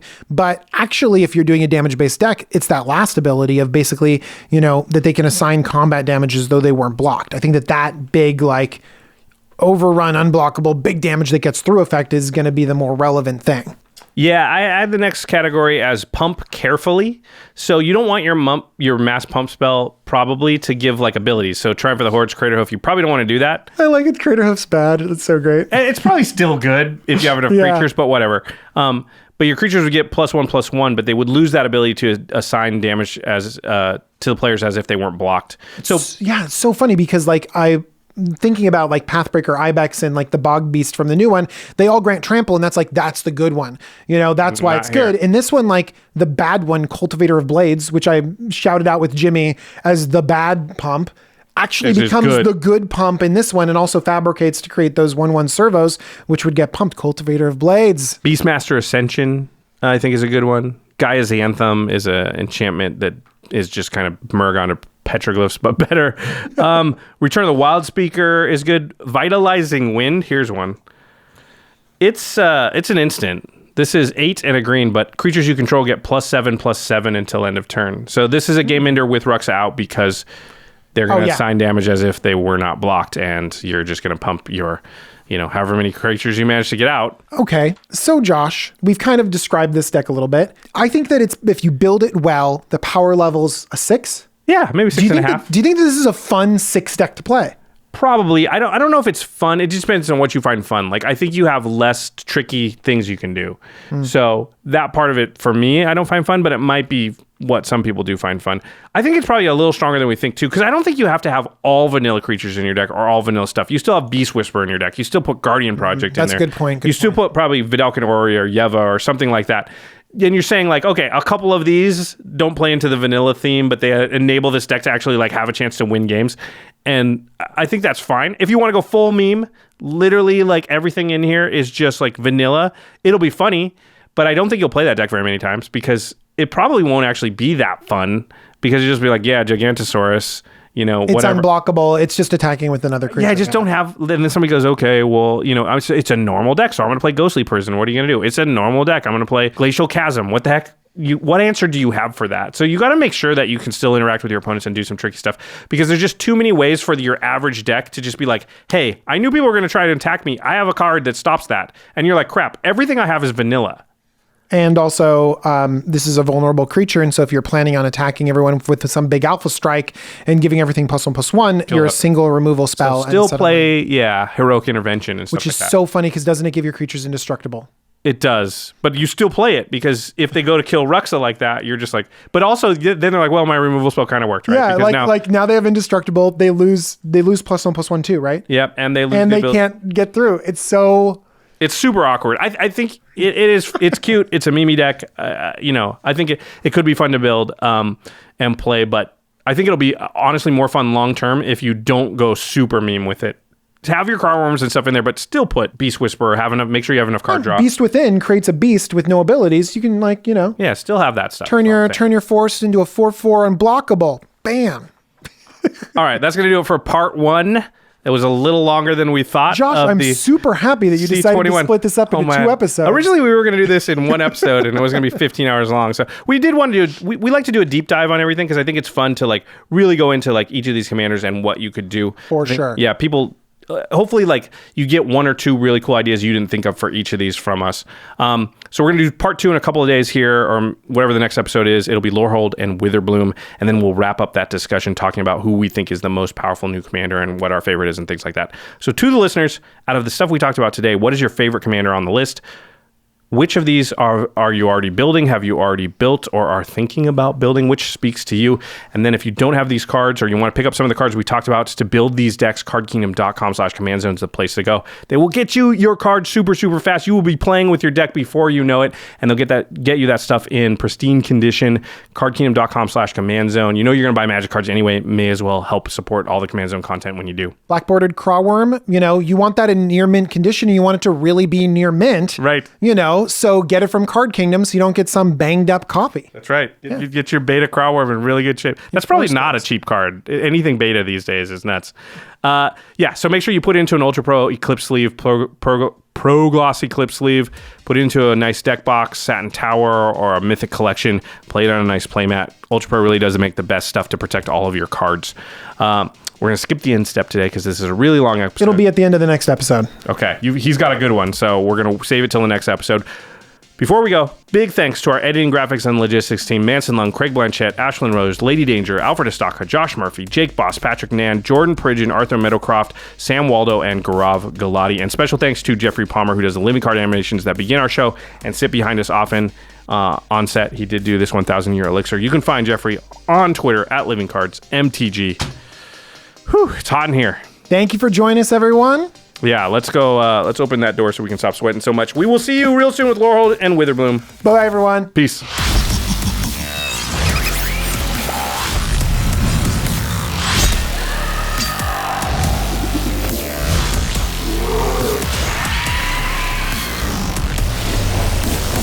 Thank you for your attention. For further inquiries, send an email to commandcast@rocketjump.com or ask us on Twitter @JFWong and @JoshLeeQuai. See you later, alligator. Greetings, humans.